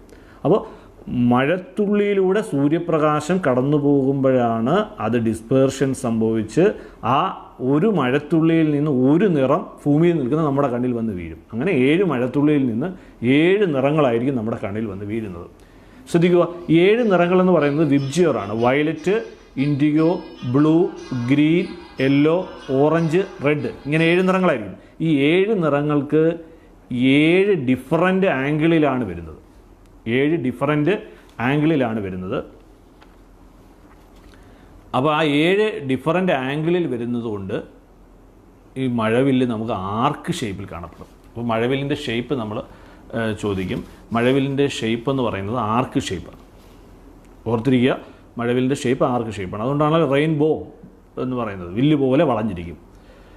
അപ്പോൾ കാരണം ഇത് 7 നിറങ്ങളുണ്ട്. അതിൻ്റെ ഔട്ടർ സർഫസിലുള്ള നിറം റെഡ്, ഇന്നർ സർഫസിലുള്ളത് വയലറ്റ്. എന്തുകൊണ്ടത് 7 എന്തുകൊണ്ടത് ആർക്ക് ഷേപ്പിലാണ്? 7 നിറമുണ്ട്. ആ 7 നിറം ഡിഫറൻറ്റ് ആംഗിളിലാണ് നിരീക്ഷകനായ കണ്ണിൽ വന്ന്. ഈ മഴവില്ല് സർക്കിൾ ഷേപ്പിൽ കാണാൻ കഴിയുമോ? വൃത്താകൃതിയിൽ മഴവില്ല് കാണാൻ കഴിയുമോ? പറ്റും. എവിടെയാണ്? വിമാനത്തിൽ ഒരാൾ യാത്ര ചെയ്യുന്നു. പറന്ന് പോകുന്ന വിമാനത്തിലിരിക്കുമ്പോൾ ആ പറന്ന് പോകുന്ന വിമാനത്തിലിരിക്കുന്ന ആൾ മഴവില്ല് കാണുന്നു എന്ന് വിചാരിക്കുക. അയാൾ കാണുന്നത് സർക്കിൾ ഷേപ്പിലാണ്. പിന്നെ ദുബായിലുള്ള ഒരു വലിയ കെട്ടിടമുണ്ട്, ബുർജ് ഖലീഫ എന്നൊക്കെ പറയും. അതിൻ്റെ മുകളിൽ കയറി നിന്ന് നമ്മൾ റെയിൻബോ സർക്കിൾ ഷേപ്പിൽ കാണാൻ പറ്റും. അപ്പോൾ ഇവിടെയൊക്കെ സർക്കിൾ ഷേപ്പിൽ റെയിൻബോ കാണുന്നതിനുള്ള കാരണം എന്താണെന്ന് ചോദിച്ചു കഴിഞ്ഞാൽ, പിന്നെ നമ്മുടെ ലൈൻ ഓഫ് വിഷൻ അപ്പോൾ കുറച്ചുകൂടി നമുക്ക് വൈഡായിട്ട് കാണാൻ കഴിയും. അതുകൊണ്ട് തന്നെ ഇത് എന്ത് ഷേപ്പിൽ കാണപ്പെടും? സർക്കിൾ ഷേപ്പിൽ കാണാൻ കഴിയും എന്നുള്ളതാണ്. അപ്പോൾ ഇതാണ് നമ്മൾ റെയിൻബോയെക്കുറിച്ച് മനസ്സിലാക്കുക. റെയിൻബോയുടെ പിന്നിലുള്ള ഫിനോമിനൻ എന്താണ്, പ്രതിഭാസം എന്താണെന്ന് ചോദിച്ചാൽ ഡിസ്പേർഷൻ ഓഫ് ലൈറ്റ്. റെയിൻബോ ഉണ്ടാകുമ്പോൾ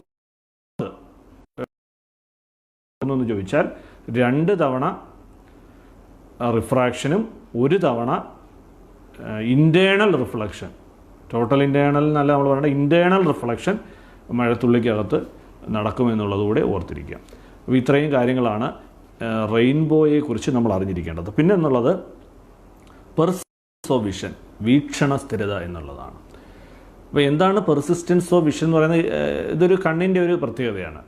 എന്താണ്, ഒരു വസ്തുവിനെ നമ്മൾ കണ്ടാൽ, നമുക്കൊരു വിഷൻ സാധ്യമായാൽ അത് 16 സെക്കൻഡ് ടൈം, വളരെ ചെറിയ സമയമാണ്, 1/16 ഓർത്തിരിക്കുക, 16 സെക്കൻഡ് സമയം അത് നമ്മുടെ കണ്ണിൽ തങ്ങി നിൽക്കും. ഇതാണ് പെർസിസ്റ്റൻസ് ഓഫ് വിഷൻ. ആ 1/16 എന്നുള്ളത് ഓർത്തിരിക്കുക. നമ്മളൊരു ചന്ദനത്തിരി കത്തിച്ച് കറക്കുന്നു, അല്ലെങ്കിൽ ഫാൻ കറങ്ങുന്നു, ഇവിടെയൊക്കെ നോക്കുമ്പോൾ അത് റിങ് പോലെ നമുക്ക് അനുഭവപ്പെടും. ഒരു ചന്ദനത്തിരി കത്തിച്ച് നമ്മളിങ്ങനെ കറക്കി നോക്കുമ്പോൾ അതൊരു റിങ്ങായി നമ്മൾ അനുഭവപ്പെടും.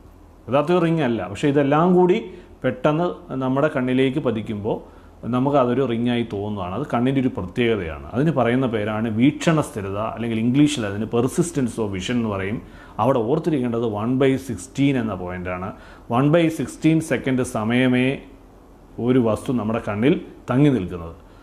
ആ പോയിൻ്റ് അവിടെ ഓർത്തിരിക്കുക. പിന്നെ റെയിൻ ഡ്രോപ്പ് തന്നെ ഇറ്റിറ്റ് വീഴുമ്പോൾ അതൊരു വലിയ റോഡായി നമുക്ക് തോന്നും. അതിനെല്ലാം കാരണം ഈ പെർസിസ്റ്റൻസ് ഓഫ് വിഷനാണ്, വീക്ഷണ സ്ഥിരത എന്നുള്ളതാണ്. പിന്നീട് ഏറ്റവും പ്രധാനപ്പെട്ട മറ്റൊരു ടോപ്പിക്കാണ് സ്കാറ്ററിങ്, അല്ലെങ്കിൽ അതിന് പറയുന്ന പേര് വിസരണം എന്നാണ്. വിസരണം എന്താണെന്ന് നോക്കിക്കഴിഞ്ഞാൽ മനസ്സിലാക്കേണ്ട സംഗതി, സൺലൈറ്റ് ഇപ്പം നമ്മൾ നട്ടുച്ചയ്ക്ക് ക്ലാസ് റൂമിലിരിക്കുകയാണ്, സൂര്യൻ നമ്മുടെ തലയ്ക്ക് തൊട്ട് മുകളിലുണ്ട്, പക്ഷേ ക്ലാസ് മുറിയിൽ നമുക്ക് വെട്ടം കിട്ടും. സൂര്യപ്രകാശം നേരെയൊക്കെയാണ് വരുന്നതെങ്കിലും ക്ലാസ് മുറിക്കകത്ത് നമുക്ക് വെട്ടം കിട്ടും. കാരണം ഈ സൂര്യപ്രകാശം വരുന്ന വഴിക്ക് അറ്റ്മോസ്ഫിയറിലുള്ള ഡസ്റ്റ് പാർട്ടിക്കിൾസിലും മറ്റ് എയറിലും ഒക്കെ തട്ടി ഇത് സ്കാറ്റേഡ് ആവുന്നുണ്ട്, ചിതറിപ്പോകുന്നുണ്ട്. അതിന് പറയുന്ന പേരാണ് വിസരണം, അല്ലെങ്കിൽ സ്കാറ്ററിങ് എന്നാണ് അതിന് ഇംഗ്ലീഷിൽ പറയുക. അപ്പോൾ ഇതിന് കുറേ ഉദാഹരണങ്ങൾ ചോദിക്കാം. ഉദാഹരണത്തിന് നമ്മുടെ സൂര്യൻ്റെ നിറം രാവിലെയും വൈകിട്ടും ഓറഞ്ച് കലർന്ന ചുവപ്പായിരിക്കും, പക്ഷേ ഉച്ചയ്ക്ക് സൂര്യനെ നോക്കുമ്പോൾ വൈറ്റ് ആയിരിക്കും. അപ്പോൾ രാവിലെയും വൈകിട്ടും sun is far away from us, നമ്മളിൽ നിന്ന് വളരെ ദൂരെയാണ് സൂര്യൻ. അപ്പോൾ നമ്മളിൽ നിന്ന് ഇത്രയും ദൂരെ സൂര്യൻ നിൽക്കുമ്പോൾ സൂര്യനിൽ നിന്നുള്ള പ്രകാശം ഒരുപാട് ദൂരം ട്രാവൽ ചെയ്താണ് നമ്മുടെ കണ്ണിലേക്ക് വരുന്നത്. ഈ വരുന്ന വഴിക്ക് ഏറ്റവും വേവ് ലെങ്ത് കൂടിയ നിറങ്ങളെ നമ്മുടെ കണ്ണിലേക്ക് വരൂ. ബാക്കിയുള്ളതൊക്കെ എന്ത് സംഭവിക്കും? വരുന്ന വഴിക്ക് അന്തരീക്ഷത്തിലെ ഡസ്റ്റ് പാർട്ടിക്കിൾസിലും മറ്റ് എയറിലും ഒക്കെ തട്ടി സ്കാറ്റർ ചെയ്ത് അങ്ങ് പോകും. അപ്പോൾ ഏറ്റവും വേവ് ലെങ്ത് കൂടിയത് ആർക്കാണ്? റെഡിനും ഓറഞ്ചിനും ഒക്കെയാണ്, യെല്ലോയ്ക്കും ഒക്കെയാണ്. ഏറ്റവും വേവ് ലെങ്ത് കൂടിയത് റെഡ്, പിന്നെ ഓറഞ്ച്. അപ്പോൾ അതുകൊണ്ട് ഈ റെഡും ഓറഞ്ചും ഒക്കെ നല്ലതുപോലെ നമ്മുടെ കണ്ണിലേക്ക് വരും. അതുകൊണ്ടാണ് സൂര്യൻ്റെ നിറം കറക്റ്റ് റെഡല്ല, ഓറഞ്ചും റെഡും ഒക്കെ കലർന്ന നിറങ്ങളായിട്ട് നമുക്ക് കാണാൻ കഴിയുന്നത്. അപ്പോൾ രാവിലെയും വൈകിട്ടും പോയിന്റ് ഇതാണ്, sun is far away from us, so light travel a long distance. Then low wavelength colours scattered, but high wavelength colours red, orange, yellow the reaches our eyes. അപ്പോൾ ആ ഒരു point നമ്മൾ മനസ്സിലാക്കണം. ഉച്ചയ്ക്ക് നോക്കിയ സൂര്യൻ നമ്മുടെ തലയ്ക്ക് തൊട്ട് മുകളിലാണ്, സൂര്യൻ്റെ നിറം വെള്ളയാണ്, കാരണം നമ്മുടെ അടുത്താണ് സൂര്യൻ. ആ സമയത്ത് എല്ലാ ലൈറ്റ് റേസും നമ്മുടെ കണ്ണുകളിലേക്ക് വീഴും. എല്ലാം കൂടെ വീഴുമ്പോൾ, വിബ്ജിയോർ എല്ലാം കൂടെ വീഴുമ്പോൾ നമുക്കത് വൈറ്റായിട്ട് അനുഭവപ്പെടും.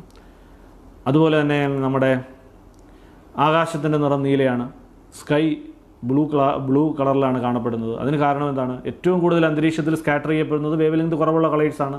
വയലറ്റ്, ഇൻഡിഗോ, ബ്ലൂ ആണ്. അതാണ് സ്കൈ ബ്ലൂ ആയി മാറുന്നത്. അപ്പോൾ പിന്നെ ഉദാഹരണത്തിന് നമ്മുടെ കടലിൻ്റെ നിറം നീലയാണ്. കടലിൻ്റെ നിറം നീലയാവാൻ കടലിലൂടെ പ്രകാശരശ്മികൾ കടന്നു പോകുമ്പോൾ ഏറ്റവും കൂടുതൽ സ്കാറ്റർ ചെയ്യുന്നത് ലോ വേവ് ലെങ്ത് കളേഴ്സാണ്. ഏതാണ് low wavelength colours? Violet, indigo, blue മുതലായവയാണ്.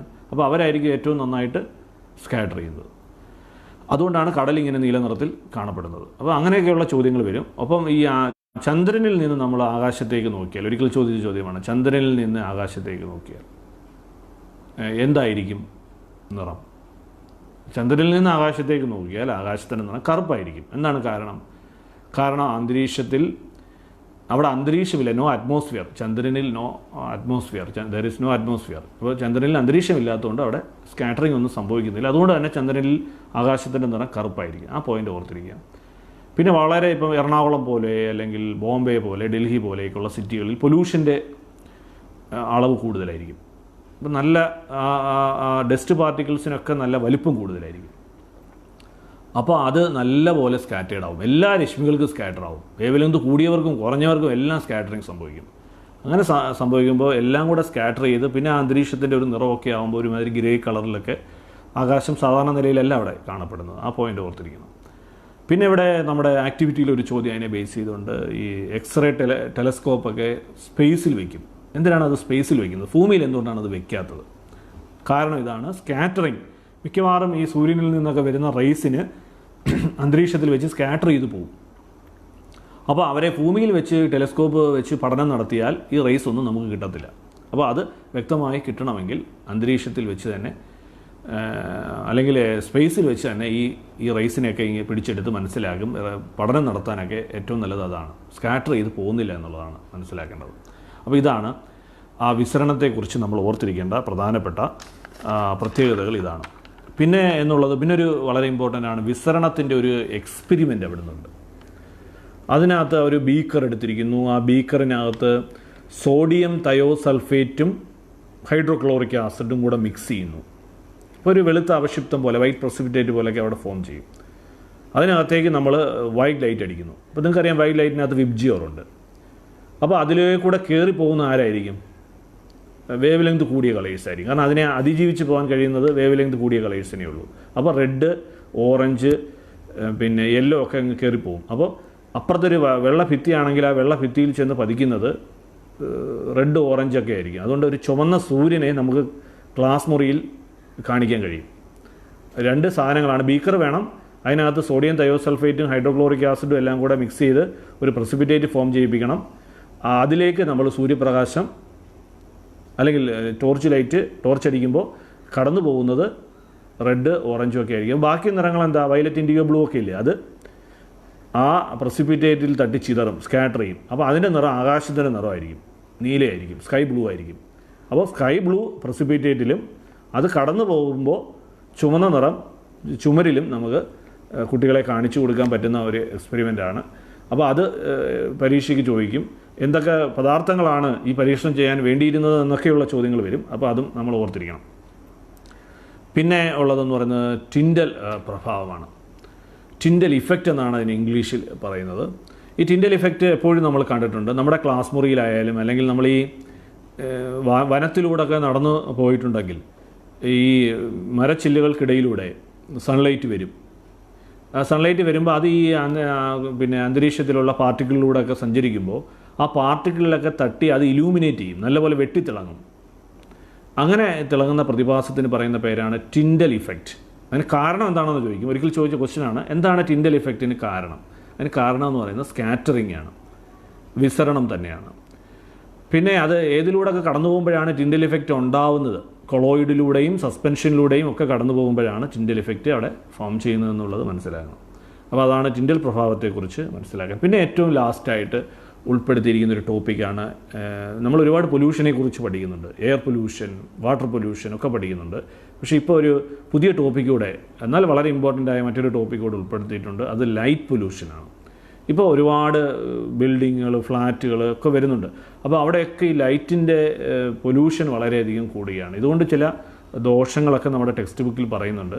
അത് ഓർത്തിരിക്കേണ്ടത്, ഈ മൈഗ്രേറ്റിംഗ് ബേഡ്സ് ഉണ്ട്, ദേശാടന പക്ഷികൾ, അവർക്കിപ്പോൾ ദിശ അറിയാൻ പറ്റുന്നില്ല എന്നുള്ളത് ഈ അടുത്ത കാലത്ത് നടത്തിയ ഒരു പഠനമാണ്. കാരണം ഈ ഉയർന്ന ഫ്ലാറ്റുകളിൽ നിന്നൊക്കെ വരുന്നുള്ള ലൈറ്റ് ഭയങ്കരമായ പൊല്യൂഷൻ ഉണ്ടാകുന്നുണ്ടെന്നും, അപ്പോൾ ആ പൊല്യൂഷൻ കാരണം ഇവരുടെ ഡയറക്ഷൻ കൃത്യമായി ഐഡൻറ്റിഫൈ ചെയ്യാൻ കഴിയുന്നില്ല എന്നുള്ളതും ഒരു ജീവജാലങ്ങളെ ബാധിക്കുന്ന ഒരു പ്രശ്നമായി മാറുന്നുണ്ട്. മറ്റൊന്നെന്ന് പറയുന്നത്, നമ്മളിപ്പോൾ വാഹനങ്ങളൊക്കെ ഓടിക്കുമ്പോൾ മറ്റുള്ള വാഹനങ്ങളുടെ ഹെഡ്ലൈറ്റിൽ നിന്ന് വളരെ ഇൻറ്റൻസിറ്റിയോട് കൂടിയ പ്രകാശമൊക്കെ വരുന്നുണ്ട്. അതൊരു പൊല്യൂഷൻ തന്നെയാണ്. അപ്പോൾ അതിൻ്റെ ഫലമായിട്ട് ഒരുപാട് ആക്സിഡൻറ്റുകൾ നമ്മുടെ നിരത്തുകളിൽ സംഭവിക്കുന്നു എന്നുള്ളതും ലൈറ്റ് പൊല്യൂഷൻ്റെ ഒരു കുഴപ്പമായി മാറിക്കൊണ്ടിരിക്കുകയാണ്. അപ്പോൾ ഇതൊക്കെ നോക്കിക്കൊണ്ട് വേണം ഈ ചാപ്റ്ററിൽ പോകാൻ. ഇത്രയുമുള്ളൂ നമ്മുടെ 6ാമത്തെ ചാപ്റ്റർ. അപ്പോൾ ഈ 2 ചാപ്റ്ററുകളിൽ നിന്നും ലൈറ്റുമായി ബന്ധപ്പെട്ടുള്ള 2 ചാപ്റ്ററാണ്. ആ 2 ചാപ്റ്ററിൽ നിന്നും വളരെ നല്ല ചോദ്യങ്ങൾ പ്രതീക്ഷിക്കാം. വളരെ എളുപ്പമായിരിക്കും. നിങ്ങൾ ഈ പറഞ്ഞതൊക്കെ ഒന്ന് നോക്കുക, ടെക്സ്റ്റ് നന്നായിട്ട് നോക്കുക. നമ്മളിനി ലാസ്റ്റ് ചാപ്റ്ററിലേക്ക് കടക്കുകയാണ്. ഈ ലാസ്റ്റ് ചാപ്റ്റർ എന്ന് പറയുന്നത് പിന്നെ എനർജി മാനേജ്മെൻറ്റ് എന്ന് പറയുന്ന ചാപ്റ്ററാണ്.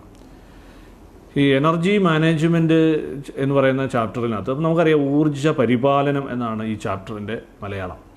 അപ്പോൾ ഈ എനർജി മാനേജ്മെൻറ്റിനകത്ത് നമ്മൾ കൂടുതലും നമുക്ക് എന്തുകൊണ്ടാണ് ഊർജ്ജങ്ങൾ ഒരുപാട് ഉപയോഗിക്കേണ്ടതായിട്ട് വരുന്നു. പഴയ കാലമല്ല, നമ്മൾ വലിയ വീടുകളൊക്കെയായി, പോപ്പുലേഷൻ കൂടി, ജനസംഖ്യ നമുക്ക് കണ്ടമാനം കൂടുകയാണ്. അപ്പോൾ മാത്രമല്ല നമ്മളൊക്കെ ഒരു ലക്ഷറി ലൈഫിലേക്കൊക്കെ കടക്കുകയാണ്. അപ്പോൾ സ്വാഭാവികമായും എനർജി കൂടുതലായി ഉപയോഗിക്കുന്ന കാലഘട്ടത്തിലേക്ക് മാറുകയാണ്. ഇത് സ്വാഭാവികമായും ഒരു പ്രതിസന്ധിക്ക് കാരണമാവും, എനർജി ക്രൈസിസിനൊക്കെ കാരണമാവും.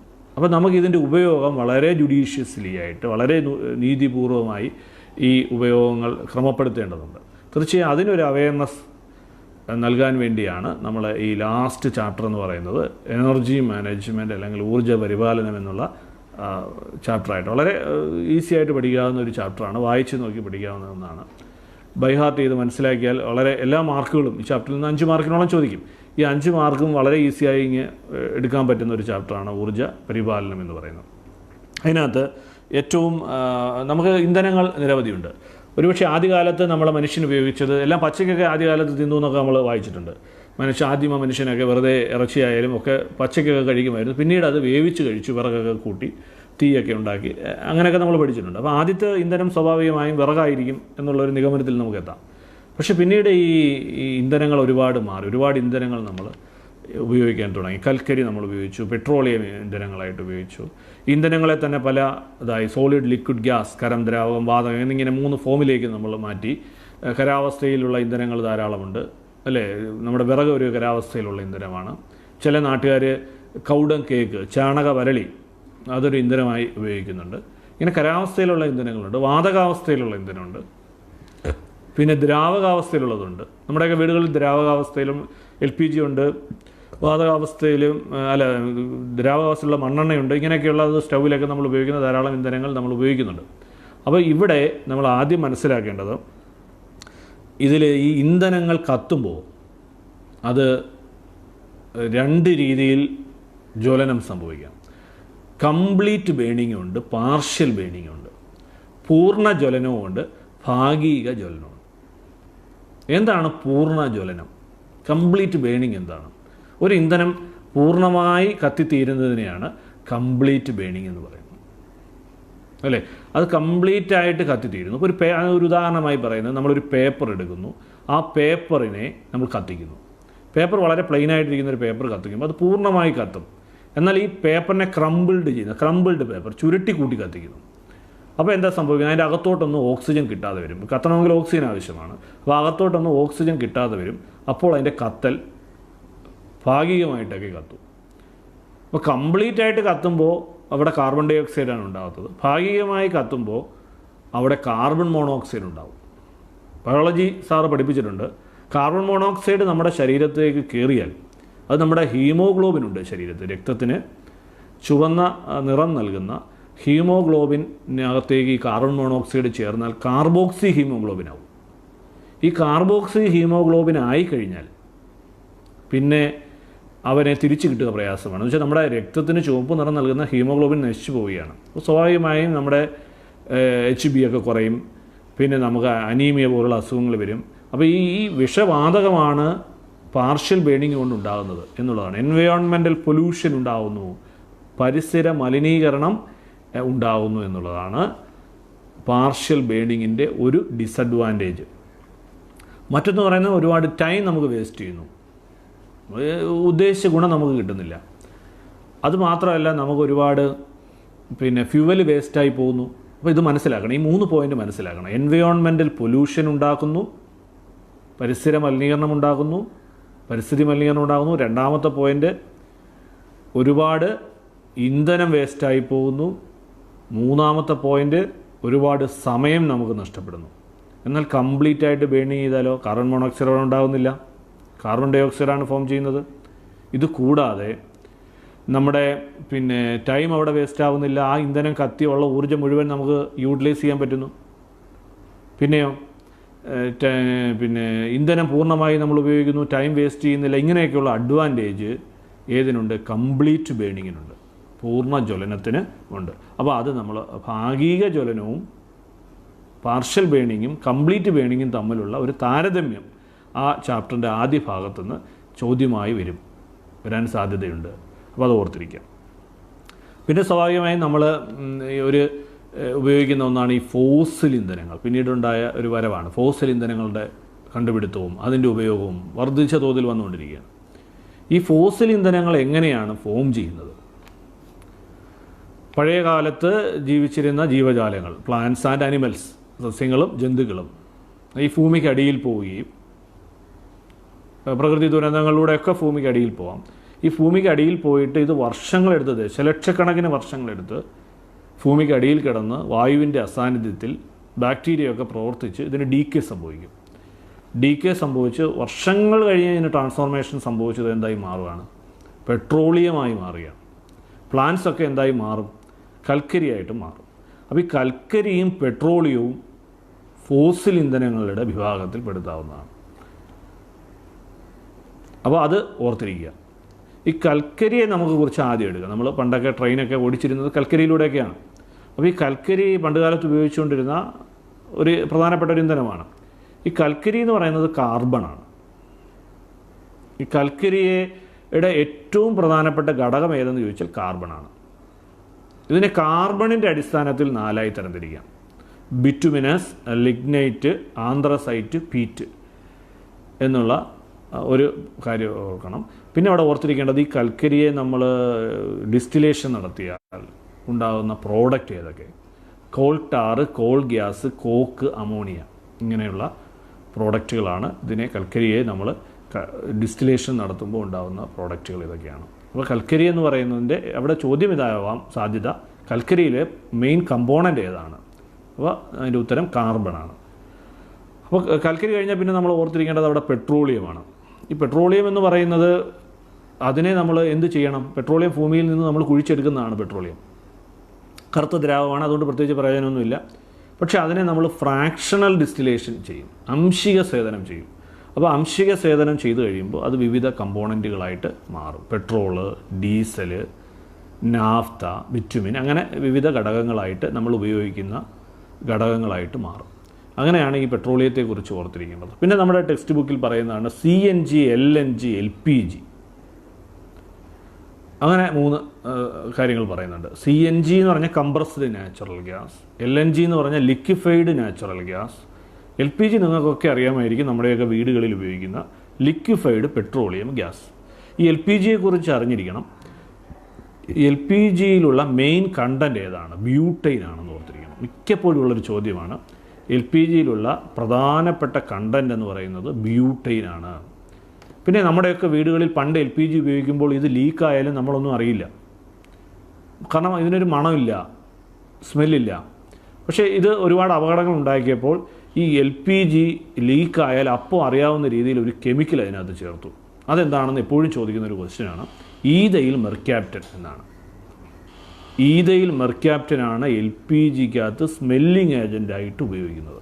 അപ്പോൾ ലിക്വിഫൈഡ് പെട്രോളിയം ഗ്യാസിൻ്റെ പ്രധാനമായും അവിടെ നിന്ന് ചോദിക്കുന്നത് LPGയിലുള്ള മെയിൻ കണ്ടൻറ്റ് ഏതാണ്? ബ്യൂട്ടൈൻ. LPGയിൽ സ്മെല്ലിംഗ് ഏജൻ്റായിട്ട് ഉപയോഗിക്കുന്നതാണ്. CNG, LNGയിലുള്ള മെയിൻ കണ്ടൻറ്റ് ഇതെല്ലാം പെട്രോളിയം പ്രോഡക്റ്റായിട്ട് തന്നെ വരുന്നതിൻ്റെ മെയിൻ കമ്പോണൻ്റ് എന്ന് പറയുന്നത് മീഥൈനാണ്. CNG, LNGയിലൊക്കെ ഉപയോഗിക്കുന്നത്. ഈ മീഥൈൻ എന്ന് പറയുന്നത് ഒരു പ്രധാനപ്പെട്ട ഒരു ഇന്ധനമാണ്, കലോറിഫിക് വാല്യൂ കൂടുതലാണ്. അപ്പോൾ ഇത് എവിടെയൊക്കെ ഉപയോഗിക്കുമെന്ന് ചോദിച്ചാൽ വാഹനങ്ങളിൽ പിന്നെ ഉപയോഗിക്കുന്നുണ്ട്. അതുപോലെ തന്നെ തെർമൽ പവർ സ്റ്റേഷനിലൊക്കെ ഇത് ഇന്ധനമായിട്ട് ഉപയോഗിക്കുന്നുണ്ട്. അപ്പോൾ ആ പോയിൻ്റുകൾ ഓർത്തിരിക്കുക. വലിയ മലിനീകരണം ഉണ്ടാക്കാത്തതാണിത്, പൊല്യൂഷൻ ഉണ്ടാക്കാത്തതാണ് എന്നുള്ള പോയിൻ്റ് ഓർത്തിരിക്കുക. പിന്നെ ട്രാൻസ്പോർട്ട് ചെയ്യാൻ ഒരിടത്തു നിന്ന് മറ്റൊരിടത്തേക്ക് പോകാൻ ഒരു ഇന്ധനത്തിനുണ്ടായിരിക്കേണ്ട നല്ല ഗുണങ്ങൾ എന്തൊക്കെ മിക്കപ്പോഴും ചോദിച്ചുള്ളൊരു ചോദ്യമാണ്. ഒന്ന്, കലോറിഫിക് വാല്യൂ കൂടുതലായിരിക്കണം. 2, ഇത് ഈസി അവൈലബിൾ ആയിരിക്കണം, പെട്ടെന്ന് നമുക്ക് ലഭ്യമായിരിക്കണം. ലോ കോസ്റ്റ് ആയിരിക്കണം, ചിലവുകളൊക്കെ വളരെ കുറഞ്ഞ രീതിയിൽ കിട്ടുന്നതായിരിക്കണം. ട്രാൻസ്പോർട്ടേഷൻ എളുപ്പമായിരിക്കണം, ഒരിടത്തു നിന്ന് മറ്റൊരിടത്തേക്ക് കൊണ്ടുപോകാൻ എളുപ്പമുള്ളതായിരിക്കണം. സുലഭമായിരിക്കണം. ഇങ്ങനെയൊക്കെയുള്ള പോയിന്റുകൾ ഓർത്തിരിക്കണം ഒരു നല്ല ഇന്ധനത്തിനുണ്ടായിരിക്കേണ്ട പ്രത്യേകതകൾ. അപ്പോൾ അതാണ് നമ്മൾ പ്രധാനമായിട്ടും ഫോസിൽ ഇന്ധനങ്ങളും ഒക്കെ പഠിക്കുമ്പോൾ ഓർത്തിരിക്കേണ്ടത്. പിന്നെ ഉള്ളതെന്ന് പറയുന്നത് ഈ LPGയും സുരക്ഷയും തീർച്ചയായും നമ്മൾ മനസ്സിലാക്കിയിരിക്കേണ്ട, നമ്മുടെയൊക്കെ വീടുകളിൽ നമ്മൾ ശ്രദ്ധിക്കേണ്ട ഒരു കാര്യമാണ്. ഈ LPG ലീക്കായാൽ ഉണ്ടാകുന്ന അപകടങ്ങൾ. അതൊരു വലിയ ദുരന്തമായിട്ടൊക്കെ മാറാൻ സാധ്യതയുള്ളതാണ്. അതുകൊണ്ട് തന്നെ നമ്മൾ ശ്രദ്ധിക്കേണ്ടത് ഈ LPG ലീക്കായാൽ നമ്മൾ ചെയ്യേണ്ടത് നമ്മുടെ മെയിൻ സ്വിച്ചൊക്കെ ഓഫ് ചെയ്യണം. ഈ മെയിൻ സ്വിച്ച് ഓഫ് ചെയ്യുമ്പോൾ ഒരു അപകടം ഒഴിവാക്കുക. പിന്നെ ജനലുകളും വാതിലുകളും ഒക്കെ തുറന്ന് ഇടുക. പിന്നെ അതിൻ്റെ ആ നോബൊക്കെ ഓഫ് പൊസിഷനിലേക്ക് മാറ്റുക. മറ്റൊരു പ്രത്യേകത ഈ ഫ്ലാറ്റുകളിലൊക്കെ കണ്ടിട്ടുള്ളത്, ഈ ഫ്ലാറ്റുകളിലൊക്കെയാണ് LPG ലീക്കാവുന്നതെങ്കിൽ അത് ലിഫ്റ്റിലൂടെ നമ്മൾ യാത്ര ചെയ്യാതിരിക്കുക. സ്റ്റെയർ കേസിലൂടെ മാത്രം നമ്മൾ അങ്ങോട്ട് താഴേക്ക് ഇറങ്ങാൻ പാടുള്ളൂ. അപ്പോൾ ലിഫ്റ്റിലൂടെയൊക്കെ പോകുന്നത് സ്പാർക്ക് ഉണ്ടാവുകയും അപകടങ്ങൾ ഉണ്ടാക്കുകയൊക്കെ ചെയ്യും. അപ്പോൾ അത്തരം കാര്യങ്ങളിലൂടെ നമ്മൾ മനസ്സിലാക്കിയിരിക്കണം. പിന്നൊന്നുള്ളത് ബയോമാസാണ്. എന്താണ് ബയോമാസ്? ജീവനുള്ളവയിൽ നിന്ന് എന്ത് കിട്ടുന്നു അതൊക്കെ ബയോമാസാണ്. സസ്യങ്ങളുടെ അവശിഷ്ടങ്ങൾ, ജന്തുക്കളുടെ അവശിഷ്ടങ്ങൾ, പശുവിൽ നിന്ന് ലഭിക്കുന്ന ചാണകം ഒക്കെ എന്താണ് നമ്മൾ ബയോമാസായിട്ട് ഇന്ധനമായിട്ടൊക്കെ ഉപയോഗിക്കുന്നുണ്ട് പലയിടത്തും. വിറക് ഒരു ബയോമാസാണ്. ഈ ബയോമാസ് നമ്മുടെയൊക്കെ വീടുകളിൽ വിറക് ഉപയോഗിക്കുമ്പോൾ, അടുപ്പിൽ വിറകാണ് എരിയുന്നതെങ്കിൽ നമുക്ക് സ്വാഭാവികമായും അറിയാം അത് പൂർണ്ണമായിട്ടൊന്നും കത്തുമില്ല. അപ്പോൾ ഒരുപാട് സ്മോക്ക്, പുകയൊക്കെ ധാരാളമായിട്ടുണ്ടാവും. അതൊരു പൊല്യൂഷന് കാരണമാകുന്നുണ്ട്. അത് ചിലവ് വളരെ കുറവാണെങ്കിൽ അതൊരു പൊല്യൂഷൻ്റെ അളവ് വർദ്ധിപ്പിക്കാൻ ഈ ബയോമാസ് അതിൻ്റെ ഒരു ഡിസഡ്വാൻറ്റേജാണ്. പക്ഷേ അതിൻ്റെ ഒരു അഡ്വാൻറ്റേജ് എന്ന് പറയുന്നത് അതിന് വളരെ കോസ്റ്റ് വളരെ ചില സ്ഥലങ്ങളിലുള്ളവർ ചാണകം എടുത്ത് വെച്ച് കത്തിക്കുന്നുണ്ട്. അപ്പോൾ വലിയ ഹീറ്റൊന്നും അതിനകത്ത് നിന്ന് കിട്ടില്ല, പക്ഷേ അതൊരു വലിയ പൊല്യൂഷൻ ഉണ്ടാക്കുന്നുണ്ട്. അപ്പോൾ ബയോമാസ് പൊതുവേ പൊല്യൂഷൻ ഉണ്ടാക്കുന്ന ഒന്നാണ്. സ്വാഭാവികമായും അത് മനസ്സിലാക്കിയത് കൊണ്ടായിരിക്കണം നമ്മൾ എന്തിലേക്ക് എത്തി, ബയോഗ്യാസ് പ്ലാന്റിലേക്ക് എത്തി. ഇപ്പോൾ ബയോഗ്യാസ് പ്ലാന്റ് നമ്മുടെയൊക്കെ സ്കൂളുകളിൽ ബയോഗ്യാസ് പ്ലാന്റ് സ്ഥാപിക്കുന്നുണ്ട്. നമ്മളൊക്കെ ഉച്ചയ്ക്ക് ഭക്ഷണം കഴിക്കുന്നതിൻ്റെയൊക്കെ വേസ്റ്റ് ഒക്കെ ബയോമാസാണ്. ഈ ബയോമാസിനെ ഒരു പ്ലാന്റിൽ നിക്ഷേപിക്കുകയും ഓക്സിജൻ്റെ അസാന്നിധ്യത്തിൽ, വായുവിൻ്റെ അസാന്നിധ്യത്തിൽ ഇത് ബാക്ടീരിയ അവിടെ പ്രവർത്തിച്ച് ഡീക്കേ സംഭവിച്ച് ഇത് ബയോഗ്യാസായിട്ട് മാറിയിച്ചു. എന്താണ് ഇതിൻ്റെ ഗുണമെന്ന് ചോദിച്ചാൽ എൻവയോൺമെൻറ്റൽ പൊല്യൂഷൻ കുറയ്ക്കുന്നു. ഇപ്പോൾ മാർക്കറ്റിൽ ഇത് സ്ഥാപിച്ചാൽ എൻവയോൺമെൻറ്റൽ പൊല്യൂഷൻ കുറയും.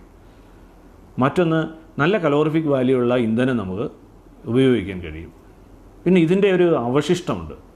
ബയോഗ്യാസ് പ്ലാന്റിൽ ഇന്ധനമൊക്കെ ഉൽപ്പാദിപ്പിച്ച് കഴിയുമ്പോൾ അതിലൊരു സ്ലറി ഫോം ചെയ്യും. സ്ലറി എന്നാണ് ഇംഗ്ലീഷിൽ പറയുന്നത്. അവശിഷ്ടം ഉണ്ടാവും. ആ സ്ലറി എന്ന് പറയുന്നത് ഇറ്റ്സ് എ ഗുഡ് മാനുവർ, നല്ലൊരു വളമായിട്ട് ഉപയോഗിക്കാൻ കഴിയും.